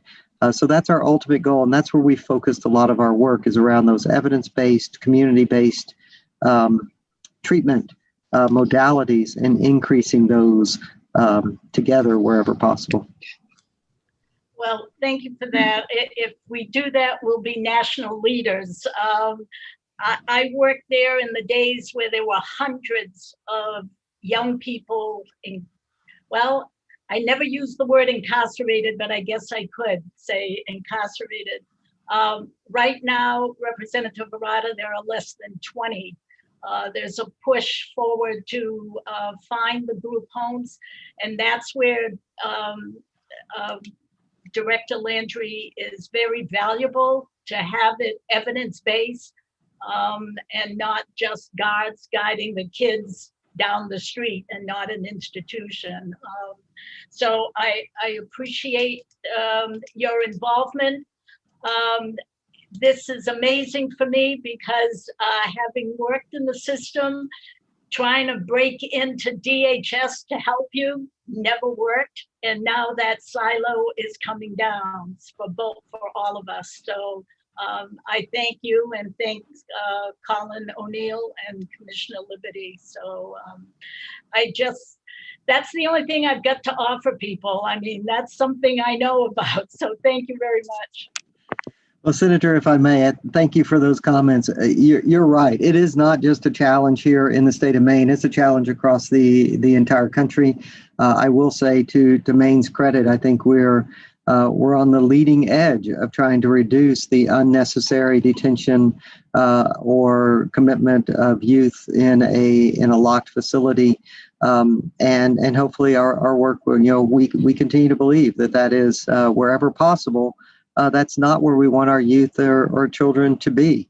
And so we're going to continue to work on those, and hopefully that also has some additional benefits to increasing overall access to children and families in our state to evidence-based services. Thank you. Representative Millett is on deck, but first, we've been joined by another member of the committee. I just want to recognize Representative Stover. Good morning and thank you, Senator. My name is Holly Stover. I represent House District 89, including the towns of Boothbay Harbor, Southport, Edgecombe, Westport Island, and part of South Bristol. Thank you. And we've also been joined by Representative Dillingham. Good morning. Thank you. I apologize. I have been in and out of other committees this morning. It's been very hectic. I am Representative Dillingham. I represent House District 72, which is comprised of the towns of Oxford, Otisfield, and Mechanic Falls in beautiful Western Maine. Thank you. For the benefit of the public, April and May are very busy times here in the legislature, with several of our members needing to be in multiple places at once. So next up on deck, Representative Millett. Thank you, Mr. Chair, and thank you, Dr. Landry. Excellent presentation. I've been impressed with your appearances before this committee from the very beginning. And once again, I find that today, both in your prepared remarks and your response to the various questions, that you've been spot on in responsiveness. You've dealt exactly with the request that we authorized the staff to provide to you back on May or March 26th. Very comprehensive and very informative. I have been impressed with the direction you've taken, the leadership you've demonstrated, and the dashboard, if you will, that you first talked about when you came before us almost 2 years ago. And I find it extremely valuable in terms of the progress you're making in the area of child welfare. It seems to me that the charts show, like your original, the chart that you showed us again today, the one with the guiding principles, the strategies, and the outcomes, that you are looking at the continuum of data and how you respond to it and what is happening as a result of your responses. I was interested, Doctor, if you could, since the focus of our request was pretty much pandemic related. In other words, as I recall it, we were trying to think, you're in a critical place where parents and children have been cooped up for over 13 months now in a setting where they've been denied in-person learning, denied access to childcare, exposed to a family with changed demands and circumstances affecting both their economy and the family unit. And I wanted to see if you had, above and beyond the data, perhaps a reaction to the level of child abuse and neglect seriousness that has occurred during that period, above and beyond the number of calls and the number, the data trends that you saw. Just from your own perspective, have you experienced from the investigations any conclusions that you could draw with us or share with us that measure the depth and seriousness of child abuse and neglect that you've observed over that 13-month period where everything has kind of been turned upside down for the family unit? Well, Representative, thank you for your question. Thank you for your comments. I share the concern that you and many others have about the potential impacts of children and families because of the realities of dealing with the global pandemic and the potential detrimental factors, short-term and long-term. On one hand, I can point to the data that, as you mentioned, that shows that our reports in, our assessments of, and findings of child abuse or neglect, substantiations of child abuse and neglect have been about the same, except for the first few weeks of the pandemic, as we see in typical years. So you might be inclined to look at that and say, okay, it's about the same, so maybe it's not that much worse, quote unquote, than before. But that is only part of the picture. And so I appreciate your question, because the other thing that we pay careful attention to, and I think this is getting to your question, is the situations that are reported to us of what would rise to what we consider a serious injury, for example. Many times these calls or reports come in from hospitals because of a serious injury that may be attributed to an abuse or neglect situation. Sometimes those could be physical injuries. Sometimes those can be injuries as a result of neglect. When we look at those, what I can tell you is that in general, there have been time periods during 2020 to 21 where the number and the severity of those serious injuries have been qualitatively, I don't have the quantitative data for you, but qualitatively appeared to be higher than in previous years or more serious than in previous years. On the other hand, there have been significant periods of time where it has not been that way. And so we have not been able to draw significant, valid, I think, conclusions about that, except to say that at the and I'd have to go back and look at it again, but my memory says at about the 10-week mark, 8 to 10 week mark into the pandemic from mid-March, there was, if I recall correctly, for lack of a better term, spike in the number of serious injuries. That may be somewhat logical. We all can kind of adapt to short-term challenges relatively easily, because when we think it's going to be a short-term duration, when it becomes a longer-term duration, that's when we all face a bigger challenge. And I think that's typical for, I would say for me, I think it's typical for many from a human nature perspective.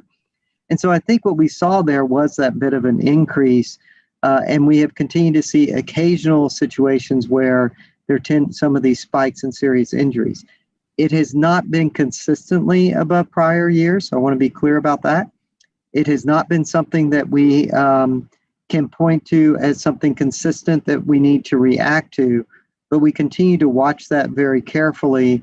And my memory serves correct, we did see that increase that you're alluding to at about that 8 to 10 week point following mid-March.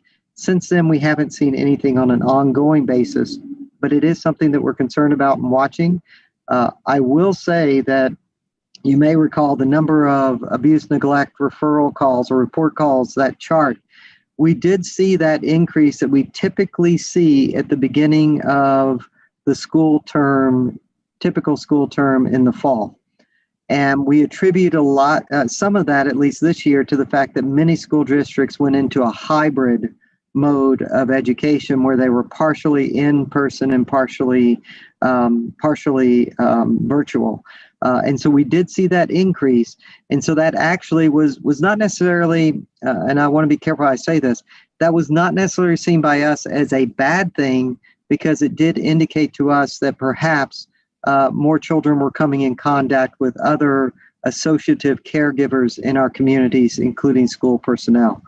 So I think the aspect of hybrid and the many districts that use the hybrid approach has certainly benefited us, in my opinion, here in Maine, where it could be done safely. And again, those are independent school district decisions. But I think it has benefited us from the perspective of additional caring caregivers, if you will, having access to children. It's a long answer to your question, but that's the best I can offer. Very, very much on point, and thank you for that. And I think you kind of interpreted some of what I was, what caused me to raise the question. And let me just offer them, and I'm mindful of the chair's comments too, that you referred to behavioral health at one point. You referred to substance abuse as a factor in reunification. And both of those issues are very much in front of us as a legislature.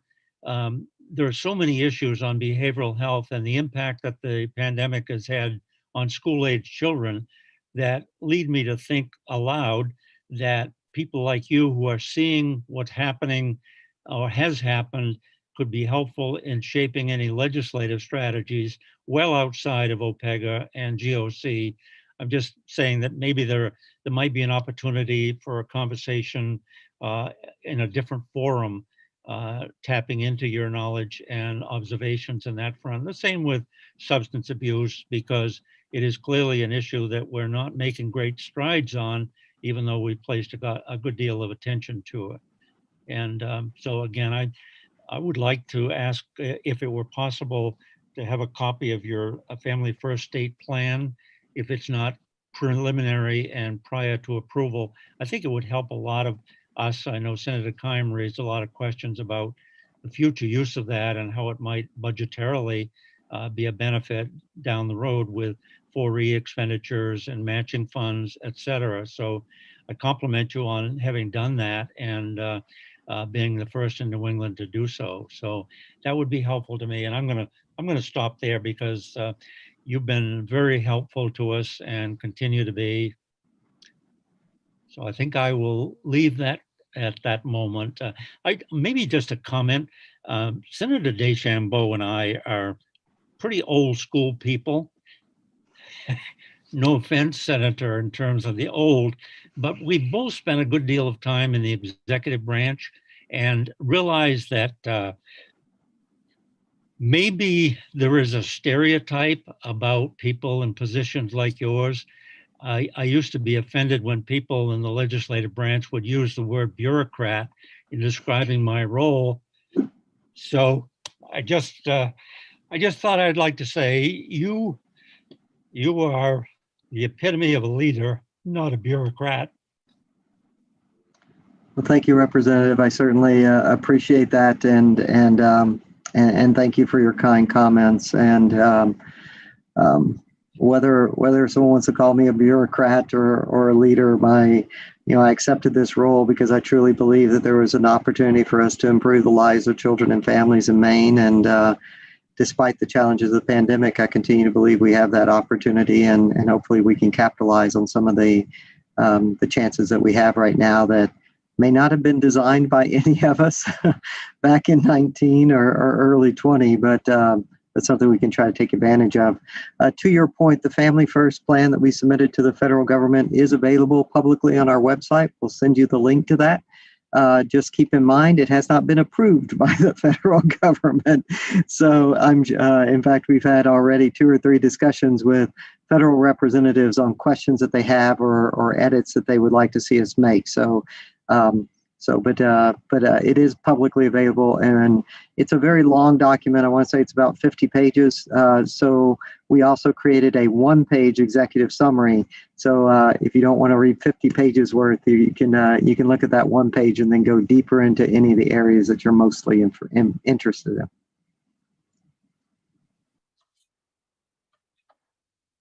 Thank you. I don't see further raised hands from the committee, so I would like to offer a couple comments and ask a couple of questions. First, Dr. Landry, I just would like to echo some of the comments of other committee members in applauding your leadership and the hard work and effort of all of the folks at OCFS and, of course, the community partners in recognizing a number of the challenges that caused this committee to get engaged in your work, as we did just a few years ago after the deaths of Marissa Kennedy and Kendall Chick. As you know, our OPEGA reports pointed to a number of deficiencies in the system itself, and then challenges within the OCFS at the staff level. Your various reports and presentations over the couple of years give me confidence that significant progress is being made in terms of reducing turnover, improving access to training, hiring additional staff, implementing the data management tool and the like, which were all identified as deficiencies in the OPEGA reports. But my first question has to go back to the training of OCFS caseworkers and supervisors. It appears there's a bit of a disagreement between OCFS and the Child Welfare Ombudsman in terms of where new training resources are at. The Child Welfare Ombudsman, in the letter to HHS back in January, I'll just read a couple of sentences from that memo that she wrote, and I'm quoting here. When caseworkers begin their employment, they participate in the new caseworker training. After the first year of training, there are no regular refresher trainings for general casework required. There are several trainings listed on page 10 of the Ombudsman's report. They're all valuable, but are not required and do not address the fundamentals of caseworker practice, such as initial investigations and ongoing assessment. So I just wanted to ask you if you might comment on that. I understand work is underway with the Muskie School, but the key question is, to what degree are these trainings that have to do with the direct client work offered? What's the take rate, and is the department considering annual requirements for this form of training? Thank you, Senator. I appreciate the question, and I will share with the committee. I don't know if Ms. Alberry shared this or not with the committee in her meeting with you. But from the beginning, we have routinely and regularly met with, I have routinely and regularly met with Ms. Alberry. We generally have been meeting monthly.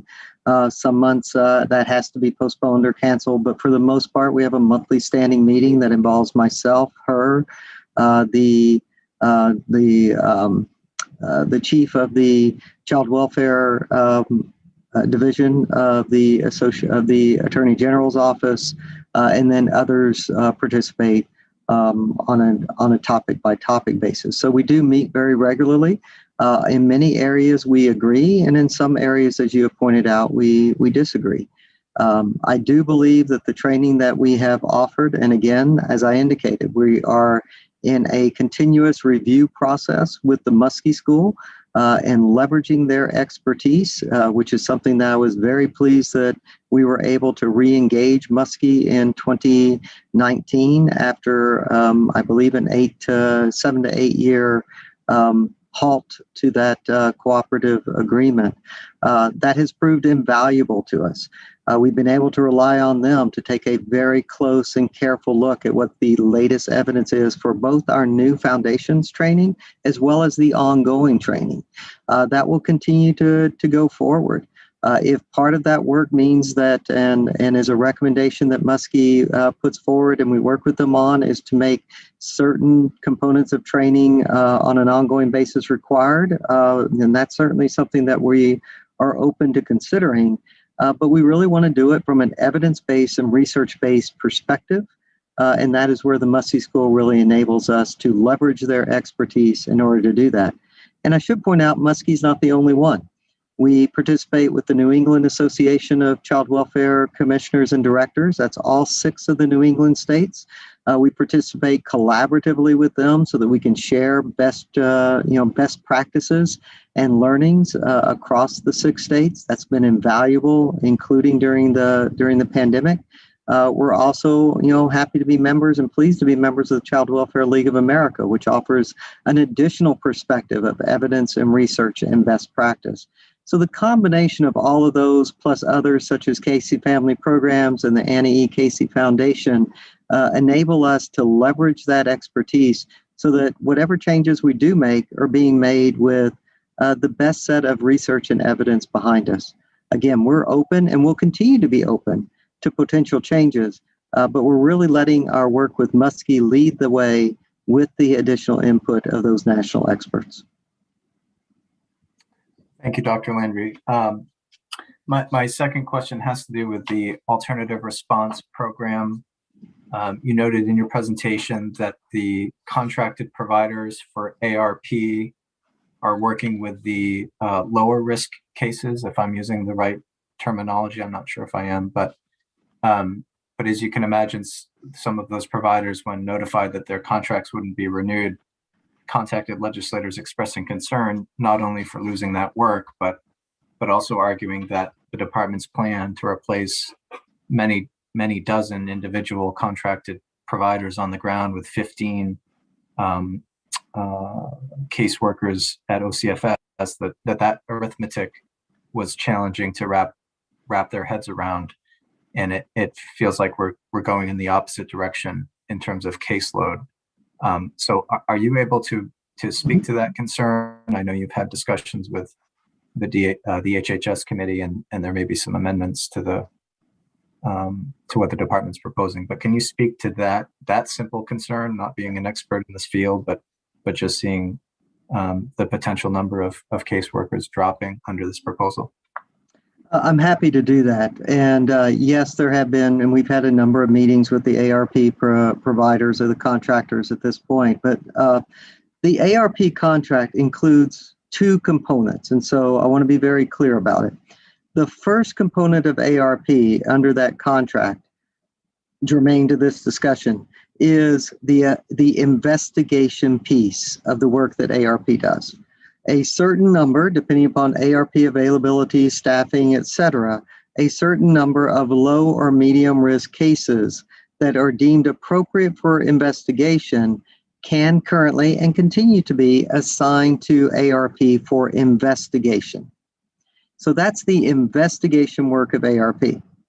When we look at the number of cases that have been assigned or referred to ARP for investigation purposes and assessment purposes, that equates to approximately 15 FTE, 15 full-time equivalents.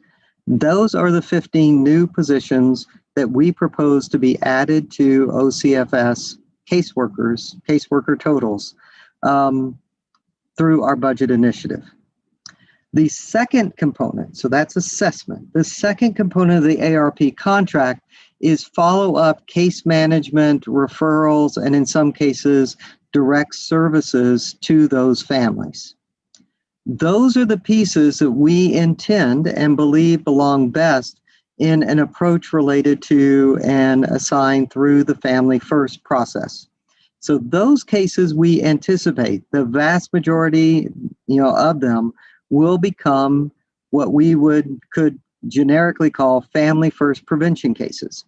They meet the requirements of our state plan, they meet the requirements of the federal government, et cetera. And the plan would include oversight by our staff. It would include referrals to community-based services, including the new ones that we are going to bring up, such as home builders or parents as teachers through an expansion or any of the main care funded services as well. So those are the pieces that we're going to redirect the funding so that we can add more services to our community, so that we can have those services available.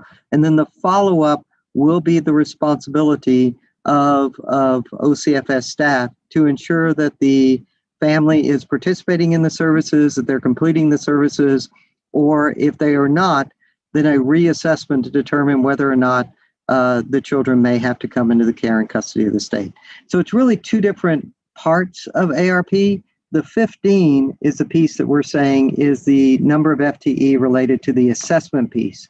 The remaining component are the dollars that we propose to reinvest into Family First, get a 50%, get a 50-50 match state general funds, which brings in more resources to our state to provide more resources for these families and services to hopefully keep children safely out of the child welfare system and safely with their families.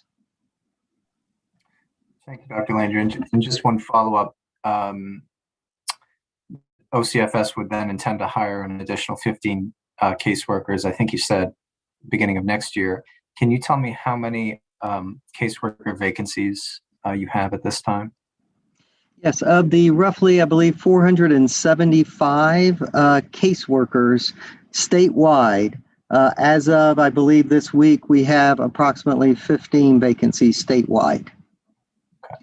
So the new positions are assessment, would be logically assessment positions. So that would be a subset of that 475, obviously, versus permanency caseworkers, adoption caseworkers, or others. And so that is that's currently where we're at. I don't have the exact percentage of 15 of 457, but that's roughly what, about a 3% vacancy rate, which is. From my view, working in child welfare historically in other states is exceedingly low. I don't know what any of your current vacancy rates are at any of your businesses, but 3% is low. I would also say that 3% vacancy rate generally is much, much lower than what the ARP providers have reported to us of their vacancy rates during the lifetime of their contracts. Okay. Thank you, Dr. Landry. Oh, and if I may, one last detail. These positions, I believe in the amendment, and I could be wrong, and I'm sorry if I get this wrong, Representative Stover may have to correct me. I believe the amendment that HHS put forward would be for these positions to go into effect on October 1 of this calendar year. Okay.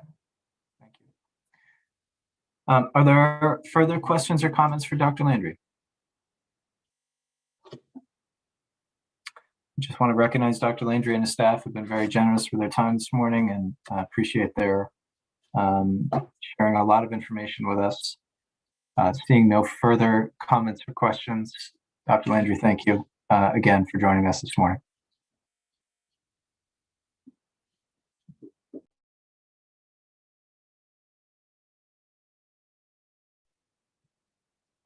Okay, agenda item number 3 under new business. Proposed parameters for OPEGA's full evaluations for the credit for rehabilitation of historic properties after 2007 and the research expense tax credit. And so at this time, I'm going to turn it over to Director Nixon. Thank you very much, Senator Libby. So we're going to shift gears now and talk about tax expenditures for the next portion of this meeting. You should have received from me a memo on April 6th, bringing you some materials related to upcoming evaluations of the credit for the rehabilitation of historic properties and the research expense tax credit. So what we're doing today is part of the process that's required by statute for full evaluations of tax expenditures. And part of the statute requires that the GOC decide on the evaluation parameters that sort of set the framework for the evaluation that OPEGA does. And there's 3 categories or types of parameters that need to be considered and decided upon by the GOC. So first is the goal, intent, or purposes of the tax. I'm going to say credit because today we are looking both at tax credits just to make it easier. So what is the goal, intent, or purpose of the credit? And this is what then OPEGA will be able to measure the performance of the program against. Second, the beneficiaries. Are there, who is this intended to benefit? So this is closely related to 1. If you have a clear statement of the purpose and goals, there likely be clear groups or types of individuals or businesses intended to be benefited by this. Then the next 2 parameters are really about the evaluation itself. So shifting from the objective or goal of the tax expenditure, the third parameter is the objectives for the evaluation. So what is it that the GOC wants to be considered and answered in this evaluation? And then finally, the measures. What will OPEGA use to measure the performance of the tax credit in its evaluation? So where we are right now is that OPEGA has done some preliminary work to prepare information on the 2 tax expenditures before you today, both on sort of a program description about the policies and how they're administered, and also what we've been able to identify in terms of the parameters that I just listed. So the GOC is then required to consider information and recommendations from OPEGA and also to invite input from the taxation committee and from stakeholders. So those could be those out in the field interested in these tax types of tax incentives or credits, as well as other policy committees besides the taxation committee. So 2 weeks ago, after sending the materials to the GOC, we then proceeded to send them to the taxation committee, and then several days later sent them out to other policy committees that have some intersection with the topic, and to the stakeholder interested parties list for those policy committees. And the GOC also interested parties and taxation interested parties, and then also to the agencies that we know are engaged in this. So that's been the outreach and the invitation for people to provide input. So today, OPEGA will give you a presentation of what we prepared, and then there'll be the opportunity to take public comment. I have a few people signed up for that. And then the next step will be for the GOC to schedule a work session to discuss what's been presented by OPEGA, the stakeholder input, and to decide on and vote on the parameters to frame the evaluation. So that's what I have for an introduction. I can move right into the first tax expenditure, or if there are questions on the process, I'm happy to answer those. No, Lucia, that would be fine. I just want to note the time this morning and that we still have a number of items we need to work through. So committee members do have the materials you sent. If you want to briefly summarize that for us, that would be helpful. Okay, sure. I'm going to share my screen. And this is all material. This is all information that you have that's been sent to you, but just an easier way to visualize it for your purposes today. So first, we're going to start with the credit for rehabilitation of historic properties. We're going to give you a little background on the credit itself. We're going to review the 4 parameter categories, then answer any questions you have, and then open it to the stakeholder input. And as I mentioned just now to Senator Libby, the information on these slides is just a high-level overview of what you have received in your packets, which is titled Background and Evaluation Parameters. It's a 7-page document for the credit for historic rehabilitation.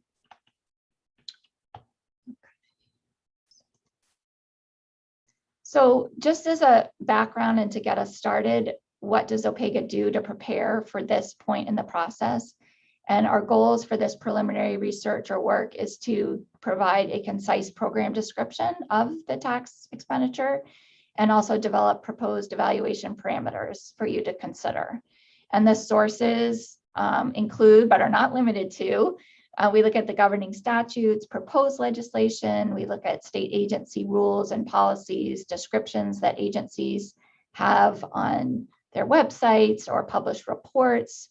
The program administrators, which that is maybe talking to some of the state agency that administer the credit, and also other published evaluation reports for the main specific program, but also getting a sense of what's out there, what exists out there that may be available to us as we go through the process. So as a quick overview, the credit for the rehabilitation of historic properties is an income tax credit. This particular credit was enacted or went into effect in 2007. It currently has a sunset date of 2025. There's a bill before the legislature right now, sponsored by Senator Libby, that proposes to extend the sunset date, and that has been voted, ought to pass as amended by the tax committee with a sunset date of 2030. Just to give you a rough sense, the information we have from Maine Revenue Services suggests that approximately 30 individual and corporate taxpayers actually claim this credit. And the estimated tax revenue loss, or the cost of the tax expenditure, is in the vicinity of $9 million per year, a little less in 22. The projection, these are projections that MRS makes. They estimate the revenue loss in coming years. So it's in the vicinity of 9 million.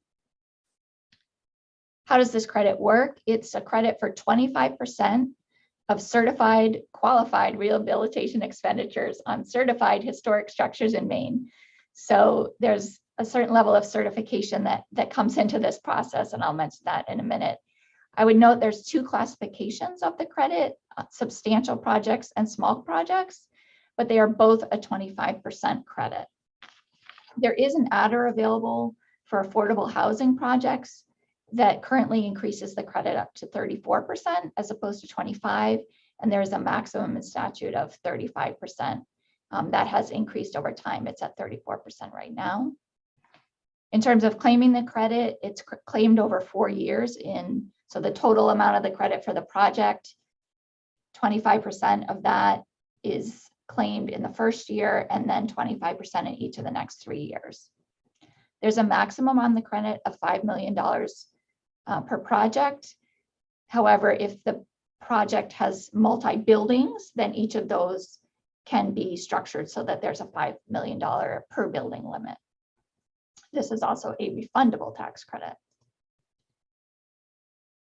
So the Maine Historic Preservation Commission has a key role in administering this credit. They have duties outlined in statute that require them to process applications and certify eligibility for the credit. And this involves certifying whether the rehabilitation project itself meets certain standards, and those are set out federally by the Secretary of the Interior. And then also certifying that the historic structure is either listed in or eligible for the National Register of Historic Places or is located in a certified local district. Another big part of this, and this is somewhat, could be proved helpful in the evaluation, is that there are statutory requirements for a rather detailed level of reporting that the Maine Historic Preservation Commission is required to do. They're required to provide an annual report with a host of statistics on the program, just in terms of applications, housing units created, square footage rehabilitated, and the amount of new construction spending and so forth.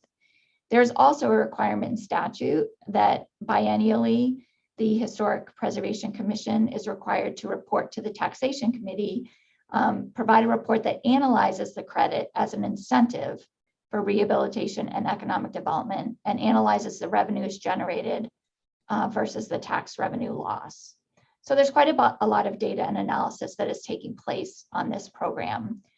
So it's helpful to have that. We'd also note that this credit is claimed on the state tax return that's processed by Maine Revenue Services. So now turning to the evaluation parameters, and I mentioned before, this is looking at how does the GOC want to set the framework for OPEGA's work on this tax expenditure. So the first two questions are what is the purpose, intent, and goal of the credit, and who are the intended beneficiaries? Now, we found in our work that there is no clearly stated legislative intent or statutory statement of the purpose of this. However, in the statute that directs the commission to do their biennial report, they're asked to report on how it's performing as an incentive for rehabilitation of historic structures and economic development. So using that, plus what we could find in the literature and other sources, we've given a sort of menu here of purposes, intents, and goals that seem reasonable and possible, absent a clearly stated legislative intent. So those are historic preservation and rehabilitation of properties, community revitalization, economic activity and jobs or economic development, and also this secondary piece where the adder for affordable housing could be considered as an incentive, or one of the intents might be to encourage affordable housing. Likewise, there's no statutory or program guidance that identifies specific beneficiaries that are intended to benefit from this. Clearly you could take from these broad goals, you could identify some broad public benefits. I think also this may be somewhere where the committee may want to seek input from stakeholders about whether there are clearly defined intended beneficiaries. And also it could be determined that there is not a specific targeted group of intended beneficiaries, and that would be a fine determination as well. So that's the first two sets of parameters. And if you want more detail on them, these are fleshed out in the document that I provided on page, that we mailed to you. It's on pages 4 to 7. There's a lot more detail. So moving on to the evaluation objectives. So what are the objectives for OPEGA's evaluation? What does the GOC and the legislature want to find out? The statute provides a menu of 9 potential objectives for tax expenditure evaluations. And these are the 9: assessing the fiscal impact, the effectiveness of the design, achievement of the purpose, intent, and goals of the expenditure, looking at actual beneficiaries relative to intended beneficiaries, the question of would the behavior that's being incentivized occur but for the credit, the efficiency and effectiveness of how it's administered, looking at similar state or federal tax expenditures, and looking at this in the context of that, measures of cost effectiveness, what are the benefits relative to the costs, and then finally opportunities for improvement. So our recommendation at this point would be that the GOC would consider each of these 9 objectives to the extent warranted and practical based on our assessment of the availability of the necessary data as we get further into it, the level of resources that are required and available, and the relevance of the particular objective to the historic preservation tax credit. So what this means is that OPEGA would start with this menu and determine what we can say about each of these objectives efficiently and effectively to provide valuable information back to you. And we'd invite the GOC at the work session to discuss and deliberate and provide any direction on areas among these objectives that may be more important or valuable to you as we proceed with this work. So the 4th set of parameters are called performance measures. These are the data metrics that OPEGA can use to analyze and report on the tax expenditure and address those various evaluation objectives that I just listed. And what we can use for performance measures really depends on what data already exists or can be gathered and accessed efficiently in the course of our work. So as I mentioned earlier, the historic rehabilitation tax credit, there are statutory requirements for a lot of reporting. And so our preliminary work has identified there's likely to be readily available data for these measures that are listed here, and also existing data analysis of some of them. And these include the dollar value of tax credits claimed, the state budget revenue loss and net impacts, federal tax credits leveraged. I failed to mention there is a complementary federal tax credit, and that dovetails with the state credit and determines which type of state credit you qualify for. Even though they're the same percentage amount, there are 2 state credits depending on whether the federal credit is accessed. Also, new construction expenditures generated, perhaps looking at pre and post tax assessments of the rehabilitated buildings. Also looking at jobs created through this, affordable housing units preserved or created, and the number, location, and types of projects supported by the credits. So our proposal would be to provide an independent assessment of the data and analyses that exist, so we're not reinventing the wheel, and then also where we need to collect additional data to support the evaluation and provide additional context for the legislature to assess the performance of this tax expenditure. So what happens next is that there will be a period for stakeholder comment today. I believe there's a couple individuals signed up for that. There will be a scheduled meeting, potentially the next GOC meeting, for the GOC to have a work session, discuss and vote on the parameters. And then OPEGA would conduct the evaluation and prepare the report. So that ends my presentation. At this point, I'm happy to take questions, and I do see there are 2 individuals on call in the meeting to provide stakeholder input when you're ready for that.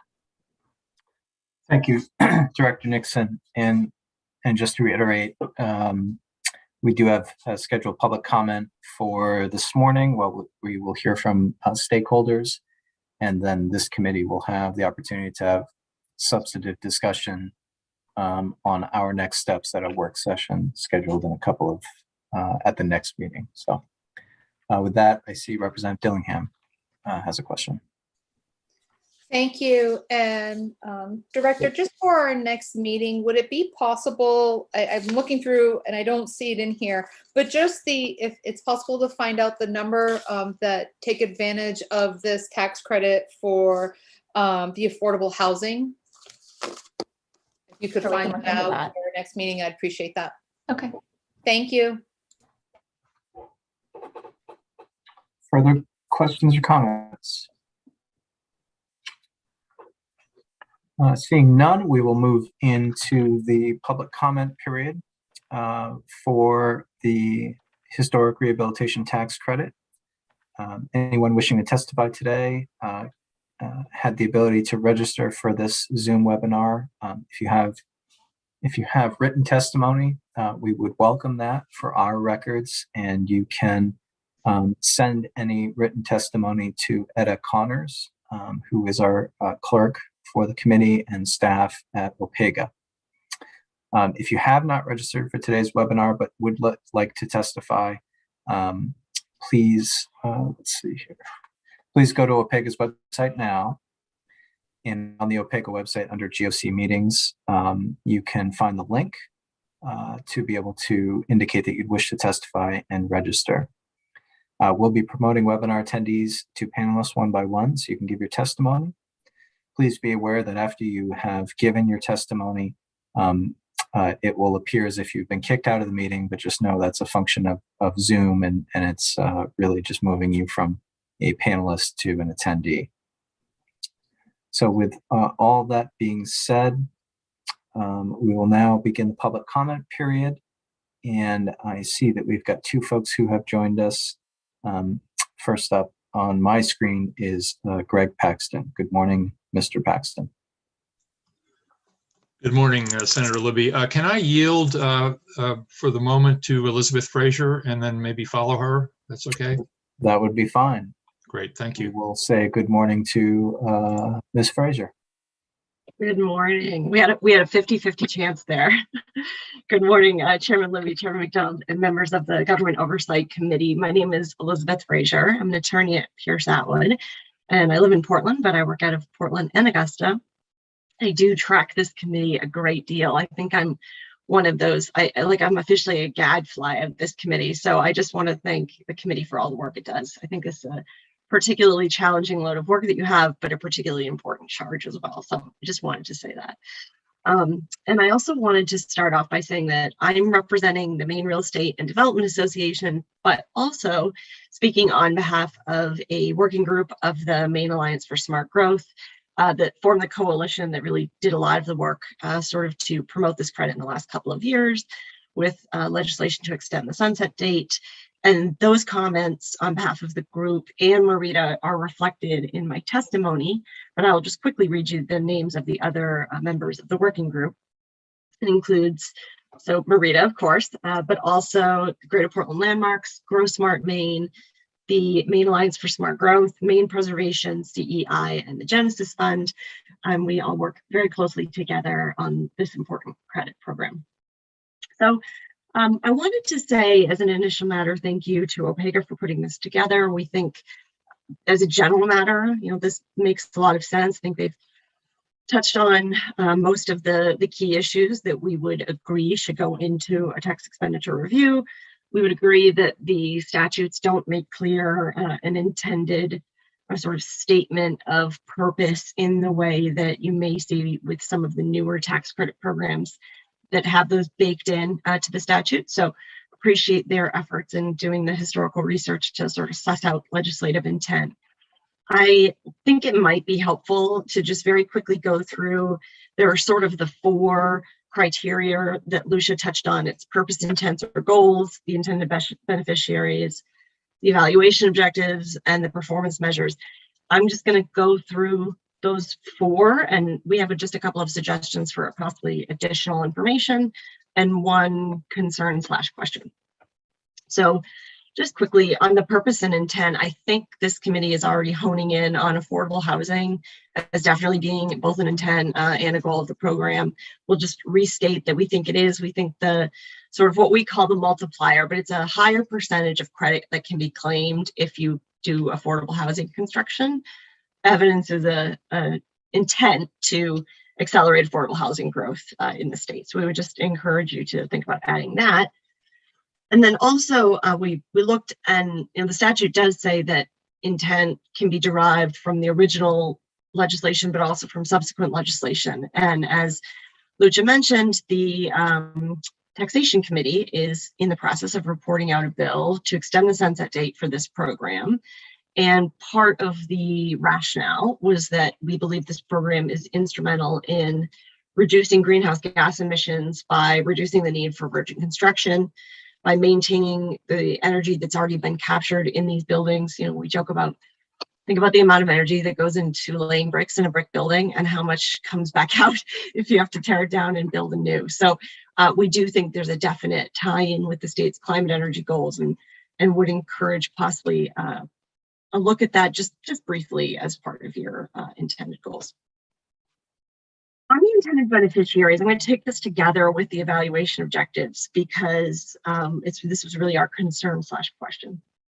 We agree with OPEGA that there's no clear statement of who the intended beneficiaries are supposed to be.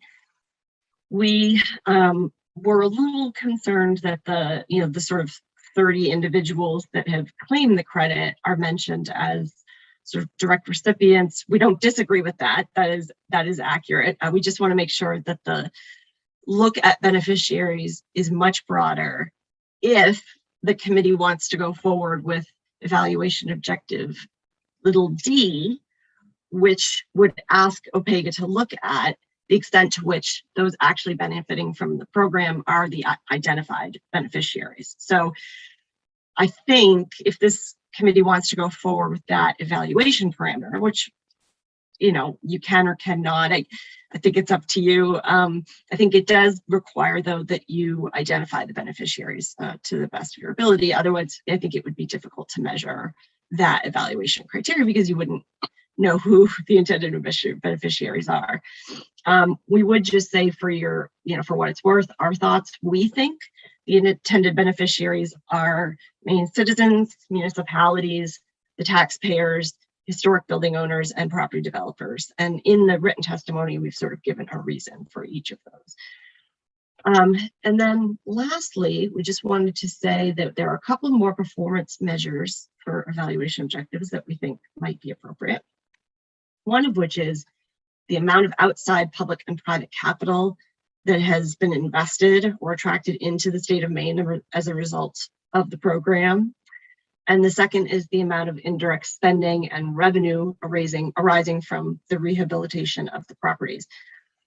And this is, I think, particularly important because Maine does not do sort of dynamic fiscal projections, which can be a struggle.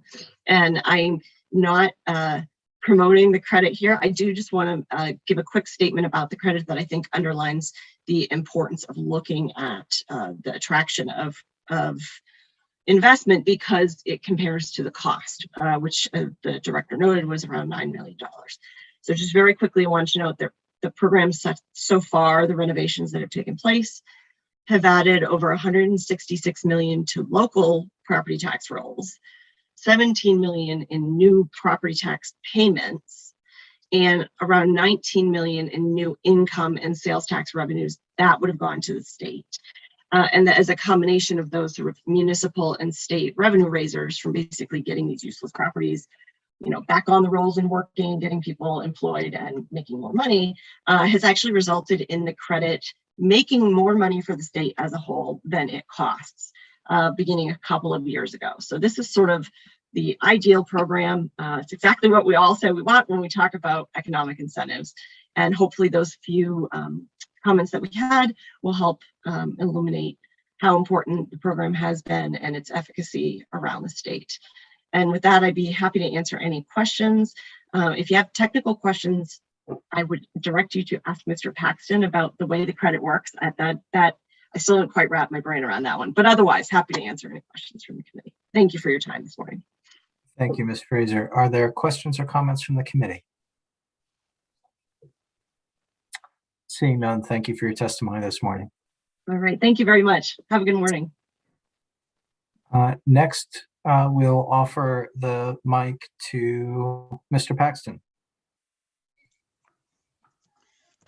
Thank you, Senator Liberty and members of the committee. Maybe I should have gone first as I think about it, because you received a sort of high-level approach of the broad impact from Elizabeth. I'm going to be just dealing with some very minute details. We really appreciate the review of OPEGA of this credit and really welcome it, because we think it's a great program. But I want to comment on a few details relative to the material you received. I just sent these out late yesterday, so there was not an opportunity, I don't think, for OPEGA to respond. And I think in the case, these really are areas that maybe Maine Historic Preservation Commission could affirm. First of all, the credit was passed actually in 2008. And the full history, very briefly, is that in 2006, a credit was passed only for the Augusta Armory. That's never been rehabilitated. In 2007, a credit was passed for only Hathaway Mill, and that was rehabilitated at an investment of more than $30 million, finished in 2009. And I think at that point, a taxation committee was saying, why are we doing this one at a time? Let's look at it more broadly.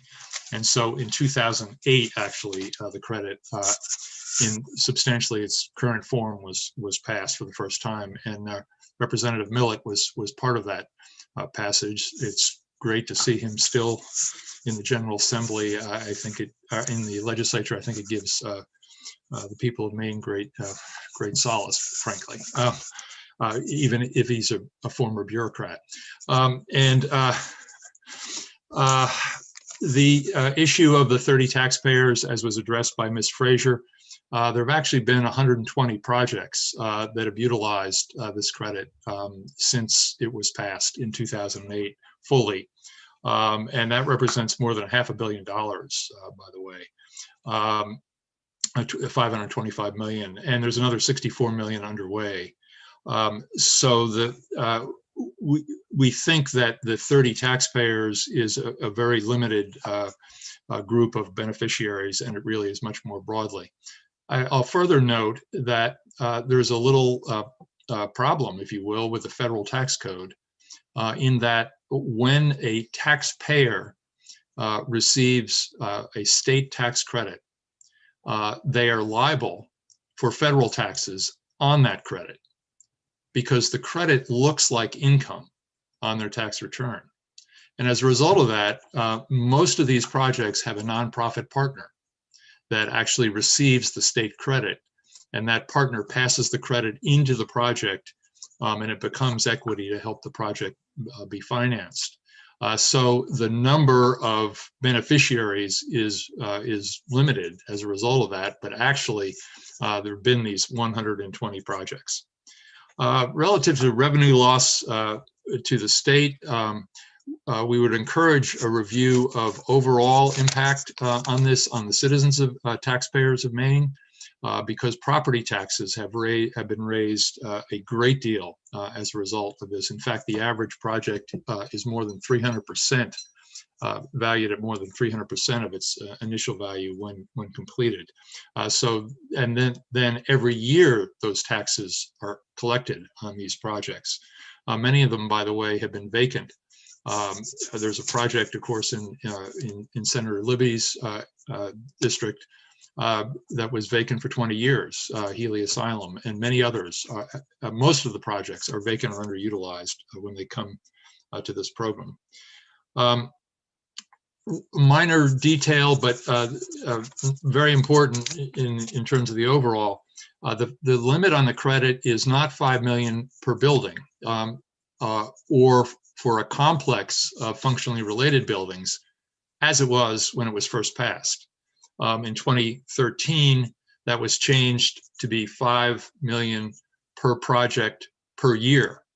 And the reason for that is that in a mill complex owned by the same owner, they could only do one project, and they would have hit that $5 million cap. So it is per project per year, or per complex per year, depending on whether it's an individual building or a part of a complex. The Maine Historic Preservation Commission does do an annual report, and they're also charged with doing a biennial report. And I think this made sense when the bill was passed, because it was, how is this really working and what is going on, and we really need to evaluate it. I'd ask the committee to take a look at whether that is necessary in this day and age, when we now have had the credit for 12 years and have a lot of understanding of how it operates, particularly in light of OPECA's review. And in addition to Maine Historic Preservation Commission and Maine Revenue Service reviewing every single project prior to receiving a state tax credit. And the way it works is all the money goes into the projects get absolutely completed and certified, and then they can go and seek to begin to get the credit back. In addition to the two state agencies, the National Park Service and IRS review all of these projects as well ahead of time. So it really has agencies on both the state and federal level doing the review. The one exception to that is projects that spend between $50,000 and $250,000. And there's less than a dozen of those projects, but so far. But those don't have to claim the federal credit, but all the other ones have that 4-agency review, which is the bulk of them. So those, and then I guess I would say the but-for we would really welcome, because these buildings have been sitting around in many cases underused, and they've been shown to be an asset and have really changed and transformed communities like Lewiston and like Biddeford and others.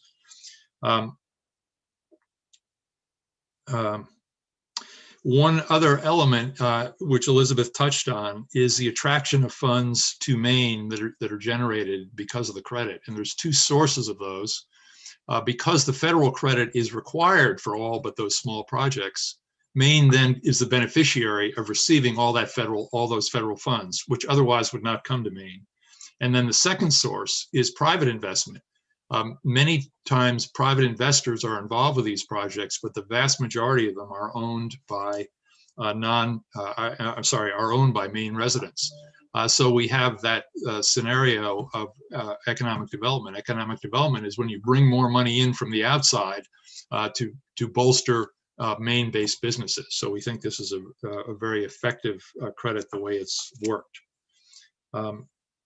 And finally, we've been involved at Maine Preservation in 4 outside studies. The first one was before the credit was passed, and it estimated that the mid-range for the use of the credit once it got going would be $16 million a year. There was a high end at higher than that and a low end. We have only hit the mid-range in 1 year since that time. So in essence, the credit has really been right on target with one exception. In that estimate, they were afraid to include anything about mills because they thought that even 1 mill might throw off seriously the estimation. But in fact, we've done more than 10 mills in that and still stayed underneath that mid-range. And finally, we're grateful for all the work that's going into the credit by this committee and other committees and by OPEGA. And I'd be happy to answer any questions. Thank you very much. And are there questions or comments from the committee for Mr. Paxton? Seeing none, thank you for your testimony this morning. Certainly. Are there any other members of the public who'd wish to provide testimony at this time who we've not called on? If you are watching and would like to provide comment, you can hit the raise hand function located at the bottom of the Zoom window now.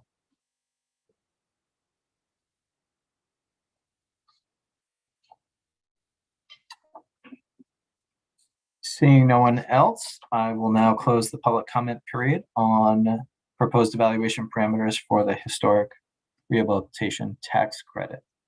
And as we've said a couple of times, the work session will be scheduled for the next GOC meeting. With that, we will move on to the next item on our agenda, which is review of proposed evaluation parameters for the research expense tax credit. For this, I'm going to recognize Carrie, who's an OPEGA analyst. Good morning, Carrie. Good morning, Senator Libby and Representative McDonald and members of the committee. Do I have permission to share my screen? You have my permission, but I don't know if that's going to allow you to share the screen. Okay. Are you seeing that now? Yes. Oops, let's see. Here we go. The second tax expenditure slated for OPEGA's review is the research expense tax credit. I will provide background information on the credit and then the proposed parameters for OPEGA's review as Director Nixon did for the previous credit.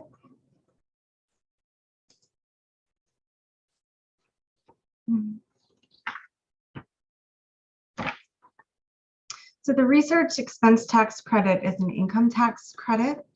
Sorry, I'm skipping over that. There we go. Is an income tax credit for qualified research expenses associated with certain technological research.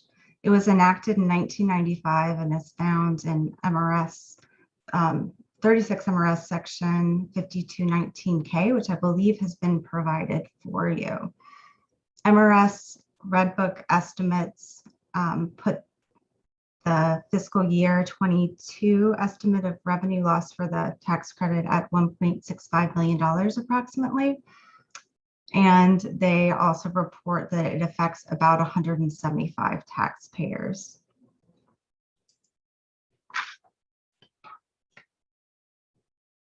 The credit is available to Maine taxpayers who also claim the federal credit for increasing research activities, which is the federal R&D credit. The Maine R&D credit is built upon this federal credit and relies on the definition specified in the Internal Revenue Code. So again, the Maine credit is built upon that federal credit. The Maine credit is the sum of two different amounts. The definitions of these qualified research expenses and basic research payments are found in the Internal Revenue Code, and there's more information about the specifics of these things in the larger proposed parameters document that we provided, but just to give you sort of a sense of what the thing is, it's the sum of these two different amounts. Like the federal credit, Maine's credit is incremental. So it provides a credit for qualified research expenses above a base amount that is dependent on a taxpayer's previous qualifying research expenses. And the Maine credit only applies to expenses incurred in Maine.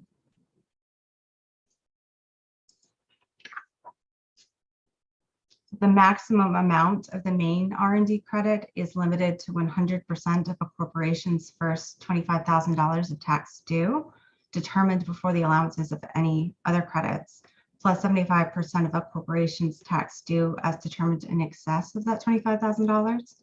And MRS administers the credit through the state tax system. Under current law, no other agency has administrative responsibility for or oversight of this credit, so it's just administered through the tax system.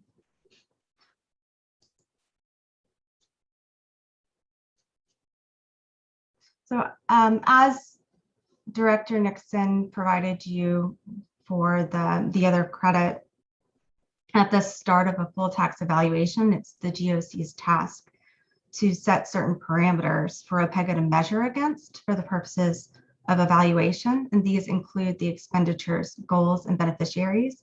Again, it's a setting of the goals for the purposes of our evaluation, and the GOC will also set the objectives for our review and the performance measures that we may include. For the research expense tax credit, similar to the other credit that you've heard about today, OPEGA did not identify clear statements of legislative intent or goals. However, we did identify goals that may be appropriate for the purposes of review, and these include stimulating R&D investment in the state, creating high-quality jobs, improving the overall economy of the state by expanding the number of businesses conducting and investing in R&D. And the proposed parameters document that you have previously received contains more information about the sources that we use to derive these possible purposes. OPEGA also did not identify a clear statement of intended beneficiaries for this credit, but the possible goals identified on the slide and the structure of the credit suggest that the beneficiaries might be businesses conducting and investing in R&D in Maine. And then because of the way the credit is structured, it might also be businesses that are contracted by those businesses claiming the credit to do R&D. So indirectly, that might be a beneficiary. So again, sort of switching from what is the possible goal of the credit that we might be evaluating to what might be the objectives of our review. There's a menu of objectives listed in statute for your consideration, and they're listed here. They're the same as you were just presented with for the other credit. And OPEGA suggests that our evaluation might address each objective listed above to the degree warranted based on an assessment of the relevance of the objective to the tax credit, the availability of necessary data, and the level of resources required. This means we would start with this menu and determine what we can say about each efficiently and effectively to provide you with valuable information. And these objectives would form the basis of our evaluation, what we would look at. So performance measures used in our review would be related to the evaluation objectives and would be information that we would offer to speak to those. They should be clearly stated and clear measures that we could use to provide you with information. And for the research expense tax credit, this is a list of those measures that we suggest might relate to the objectives. And again, these are in the full document that you've previously received.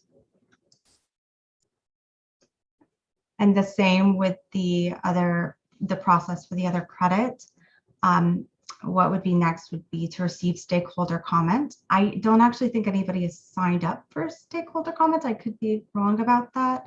And then at the next work session, the GOC would discuss and vote on the evaluation parameters, and we would conduct the evaluation and prepare the report for you based on that. And I will go ahead and stop sharing. Thank you, Carrie. Are there questions or comments for Carrie from the committee?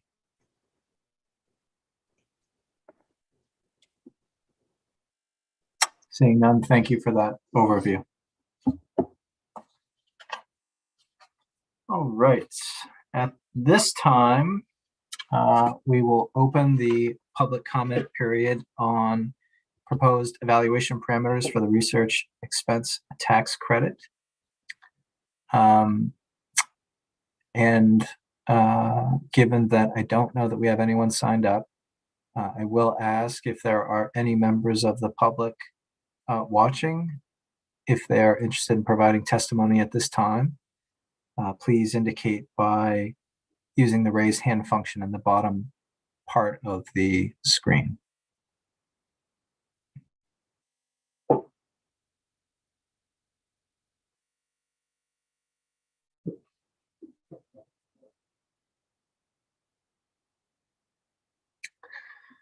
I'm not seeing anyone indicating they'd like to provide testimony on this matter, so I'll just remind members of the public who may be watching, we welcome written testimony.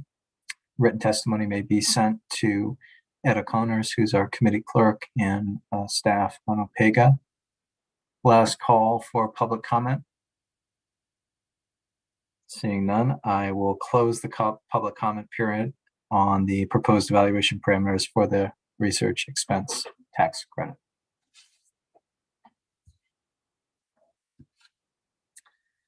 Okay. At this time, I want to pause to see if the committee would like to take a 10-minute break, or if you'd like to continue with our business. Representative Arata, Representative Millett, Representative Stover, Senator Bailey, what's your preference? I say keep going. I concur. Could take a break or not. I don't have a preference, so sorry. I don't have a preference either. I will Okay. have to be leaving in a little while for a doctor's appointment, so doesn't matter to me what you do. Okay, very good. So we will carry on then. Next item on our agenda is a follow-up discussion with the Commissioner of the Department of Administrative and Financial Services. It looks like the Commissioner is not yet with us. I know that the Commissioner did have an engagement this morning and asked to be present after 12. So I think at this time, unless there's objection from the committee, we'll move on to a brief report from the director on status of projects in process, and then we will come back to agenda item number 7. Great, thank you. So quick update, not much has changed in overall project status in the last 2 weeks, but we're currently, staff are working hard on preparing the report on the Maine Citizens Initiative process and aiming that to have that ready for you by the end of June. Staff are also working actively on the report on the seed capital investment tax credit. And that will be, we will be getting that report to you later in the summer. On the Maine Commission on Indigent Legal Services, so for the, as follow-up to the first report, you'll be getting your first quarterly report from MCILS at the end of May to give you an update on progress and steps that they're taking to address issues raised in the first report and other matters. And for the second part of OPEGA's work, looking at indigency determination and collections of payments from the partially indigent, that project is actively in field work, conducting survey and interviews to gather data on that. And we'll be, as Director Landry mentioned earlier, the frontline survey, we have not gotten to a point where we're ready to engage with the department about that yet, but we are thinking about how that will, when we will get started with that and how that will proceed. As I've mentioned before, we do have the previous survey to build on, so hopefully we can get that started fairly efficiently. You just had the presentations on the 2 tax expenditures that are up for evaluation next, and we'll schedule those. We'll be taking the stakeholder comment and questions that you've raised and what we presented today and bringing those back to you for a work session at the next meeting. And you also got a report, as for follow-up work, you also got a report back today from DECD on the Pine Tree Development Zones. I guess the one other thing I would note is the Wild Blueberry Commission question review request. The ACF committee has been actively working on that and just needed a little bit more time before reporting back to the GOC. And I know Representative O'Neill has been working on that, and we're planning to provide an update, I believe, also at the next meeting. Thank you, Director Nixon. Are there questions or comments for Lucia at this time?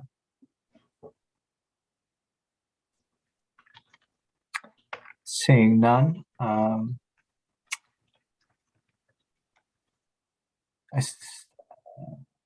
see that there are 4 people from DAFS, and it looks like Commissioner Figueroa is one of those folks now. So we will invite them into the Zoom meeting, and we will go back to agenda item number 7 on our list, which is a follow-up with DAFS on the request for a review of Workday Maine. So we had requested at our last meeting a follow-up question and answer session with DAFS after receiving a briefing and documents at our April 9th meeting.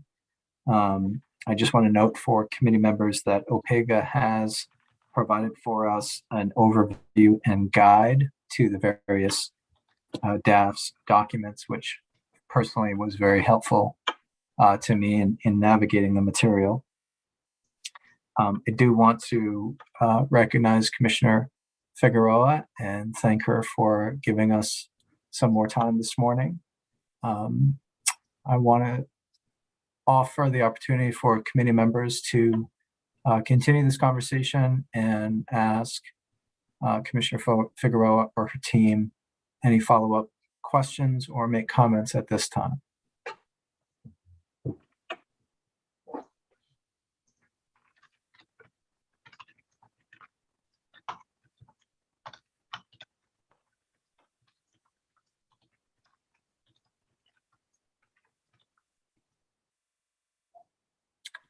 I think one of the benefits of going during the lunch hour is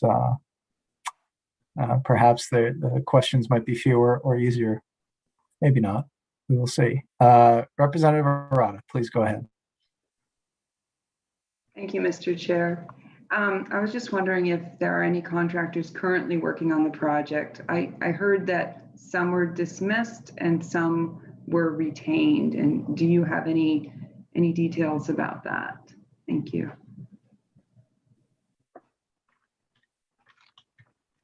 Commissioner Figueroa, please go ahead. Sorry, I had a problem with my mute button there. Yes, we do have a few different contractors working on the job on the Workday project right now.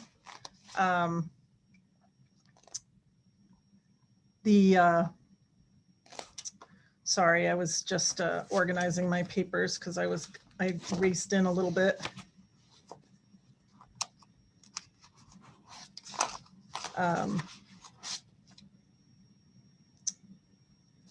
So currently we have We have some state employees doing the work that I outlined in the testimony. We have some contractors also helping, things like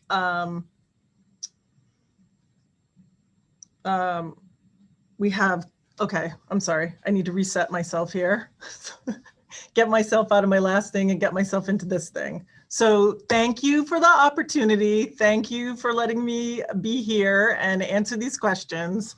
And yes, we did recently release some project staff from the Workday project as good stewards of the project and fiscal resources. While we are in this transition, we released 15 contractors, independent contractors, as of April 16th. The anticipated savings of that is approximately $206,000 a month. There are many components of the Workday project, and so there are still a number of staff and contractors working on the project.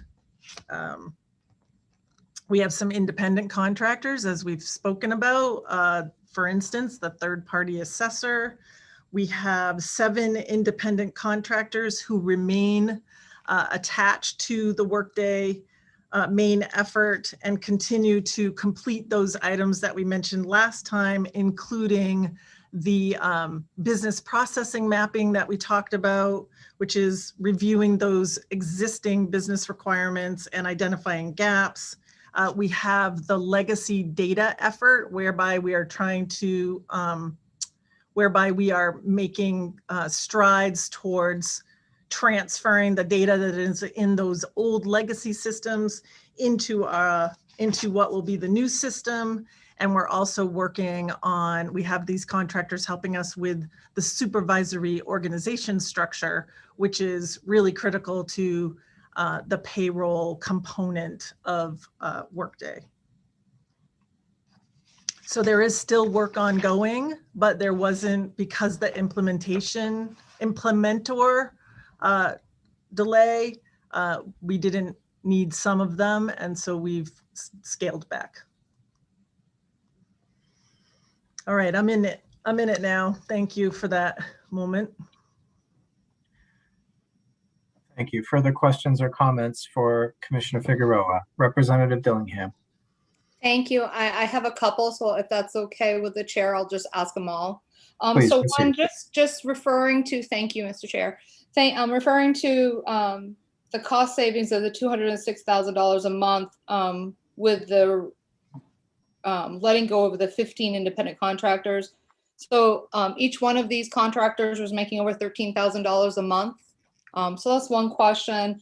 The other one is, I know that there's been reference to an IJA assessment report, and I'm looking through my papers that I received, and I don't see that report. So I don't know if it was shared with members of GOC committee, and I just don't have a copy. But if not, could we see that assessment report, please? And who is currently the director of program management office? Who is serving in that capacity?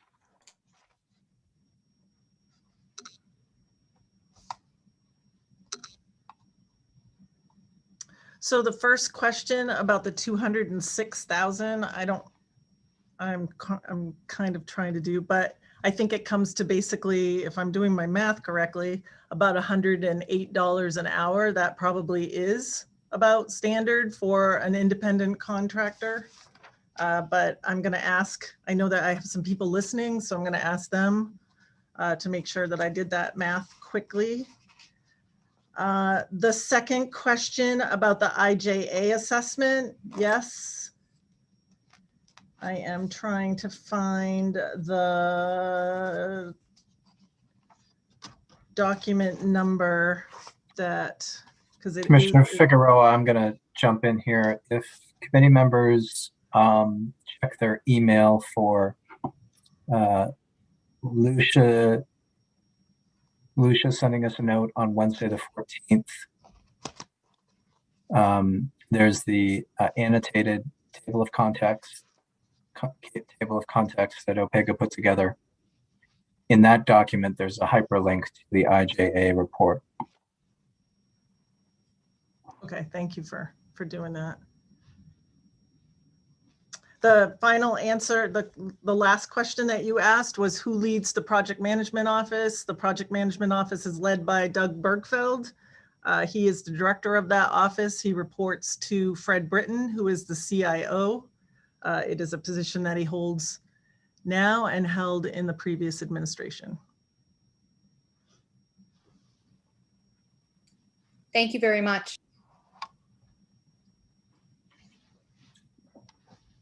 Further questions or comments at this time for Commissioner Figueroa?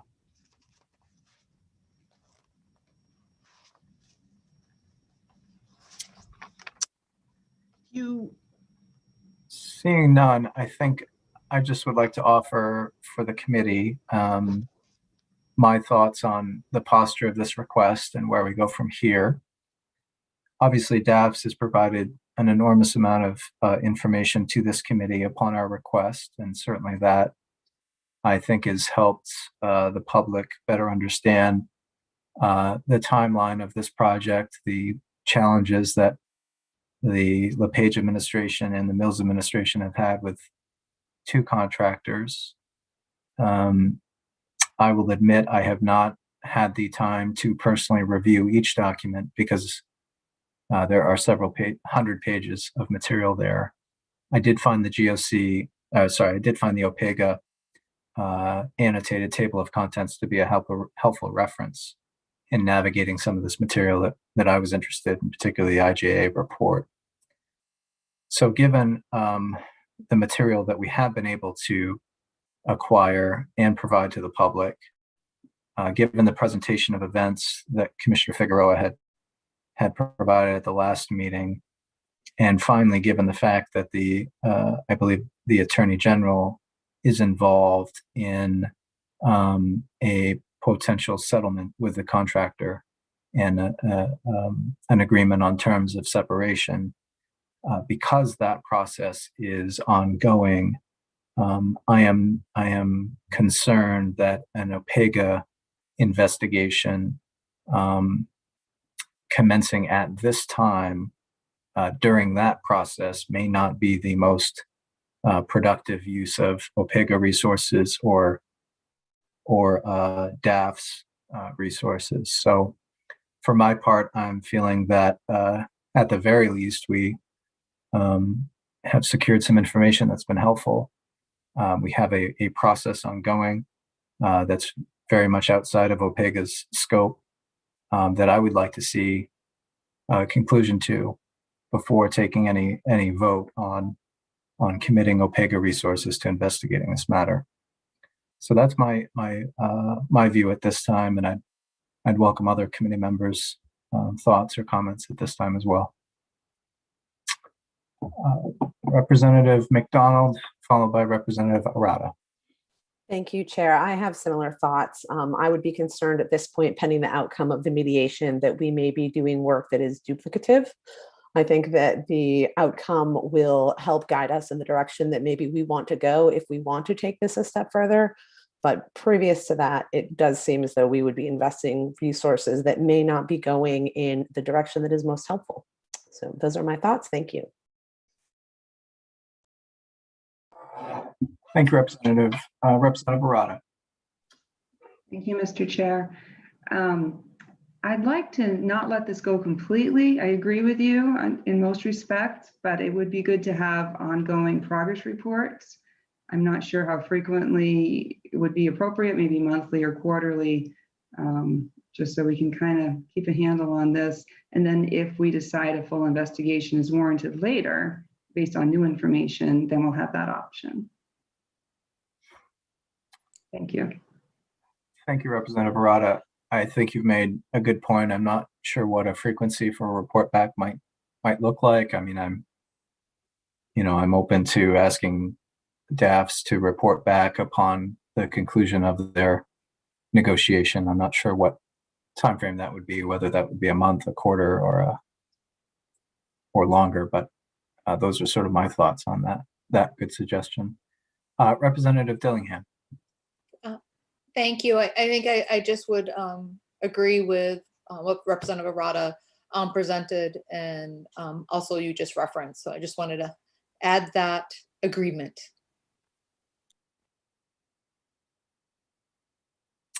Thank you. Further questions or comments? Representative Millet. Thank you, Ms. Chair, and echoing the comments from the three members who have spoken and looking at the minutes from April 9, I think you and I both were quoted as opening the door for opportunity for workday representatives to present information in our May meeting upcoming, and also to let implementers know that they could submit written materials to the GOC through the OPEGA staff. I was just curious as to whether or not any of that feedback has occurred or is known to be forthcoming, and if we would still have an opportunity to receive it at either the May 14th or the May 28th meeting. Thank you, Representative Millet. I believe we did invite the implementer to provide written material to us, and I believe I've seen some of that material. I'm looking to Lucia to confirm we did receive a response from the implementers. Yes, you received a response and we turned it around and forwarded that to you. It came into EDA and we sent it out to the GOC by email. I believe that was yesterday. And or perhaps the day before. I'd have to double check my email, but it came in this week and we provided it. There's a letter and the series of documents. And in our email to you, we identified which documents you already had and which ones were new to guide you in reviewing the material. So, you know, I'm open to further discussion about whether we would like to invite, formally invite the implementers to attend a hearing. I did review the response from the implementer. I'm reminded that our charge is primarily oversight of state agencies. We do from time to time direct OPEGA to investigate the activities of contractors, but that's not necessarily a typical course of action for us. Speaking very candidly, it was a bit overwhelming at the last hearing on this matter, having received such a volume of documents and not fully being able to process everything in the moment, given when we received them. But I think on reflection, I'm personally satisfied with where we are at this time, having gained a lot of material and an understanding of a process here that's covered two administrations. I'm open to what other committee members think in terms of our next step, but giving DAFs and the implementer, along with the support of the AG, the space to negotiate a settlement, I think is where I'm inclined to go, and keeping this on our list of potential work, but not committing any resources to further investigation at this time is I think what my preference would be.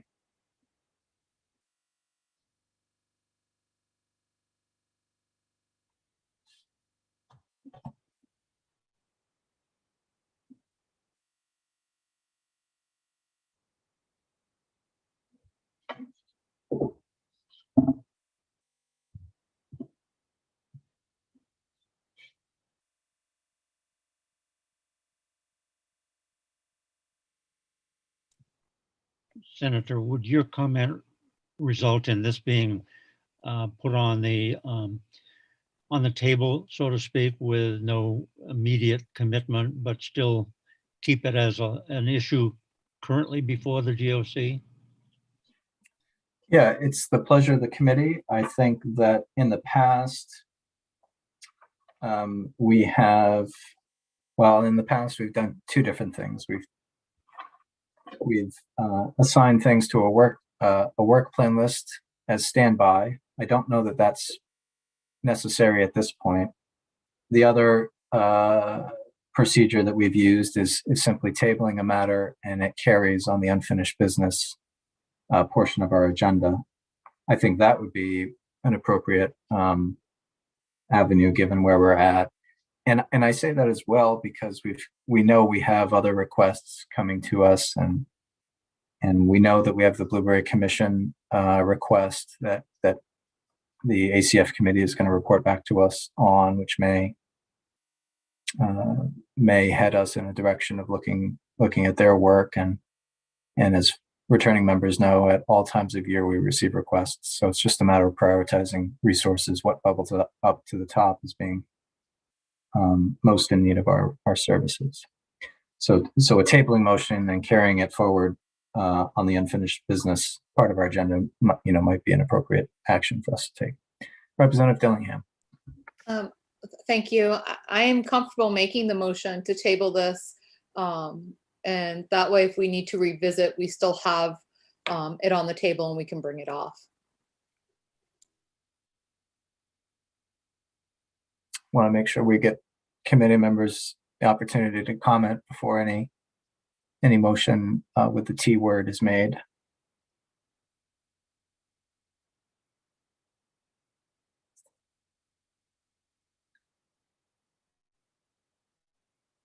Seeing none, is there a motion? I will make the motion to table. Motion to table this matter made by Representative Dillingham, seconded by Representative McDonald. As it's a tabling motion, there is no discussion.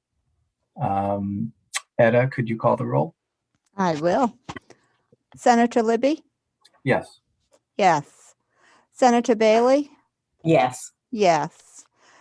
Senator DeChambeau? Absent. Senator Keim? Senator Keim, absent. Senator Timberlake is absent. Senator Bennett? Absent. Representative McDonald? Yes. Yes. Representative O'Neill? Absent. Representative Stover? Yes. Yes. Representative Dillingham? Yes. Yes. Representative Millett? Yes. Yes. Representative Arata? Yes. Yes. 1, 2, 3, 4, 5, 6, 7 yes. Motion carries and it is unanimous. Thank you, Commissioner Figueroa, for your presentation at the last meeting, the materials you provided, and to your staff as well. And we will be in touch as needed. Thank you.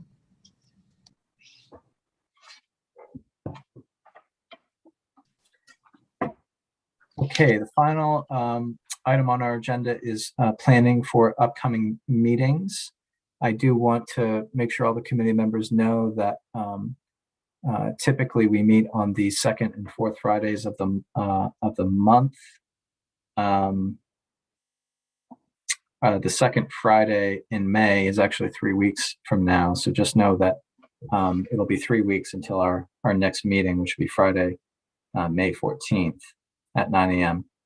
So in terms of planning for upcoming meetings, we noted earlier today, we've got the historic rehab and R&D credits.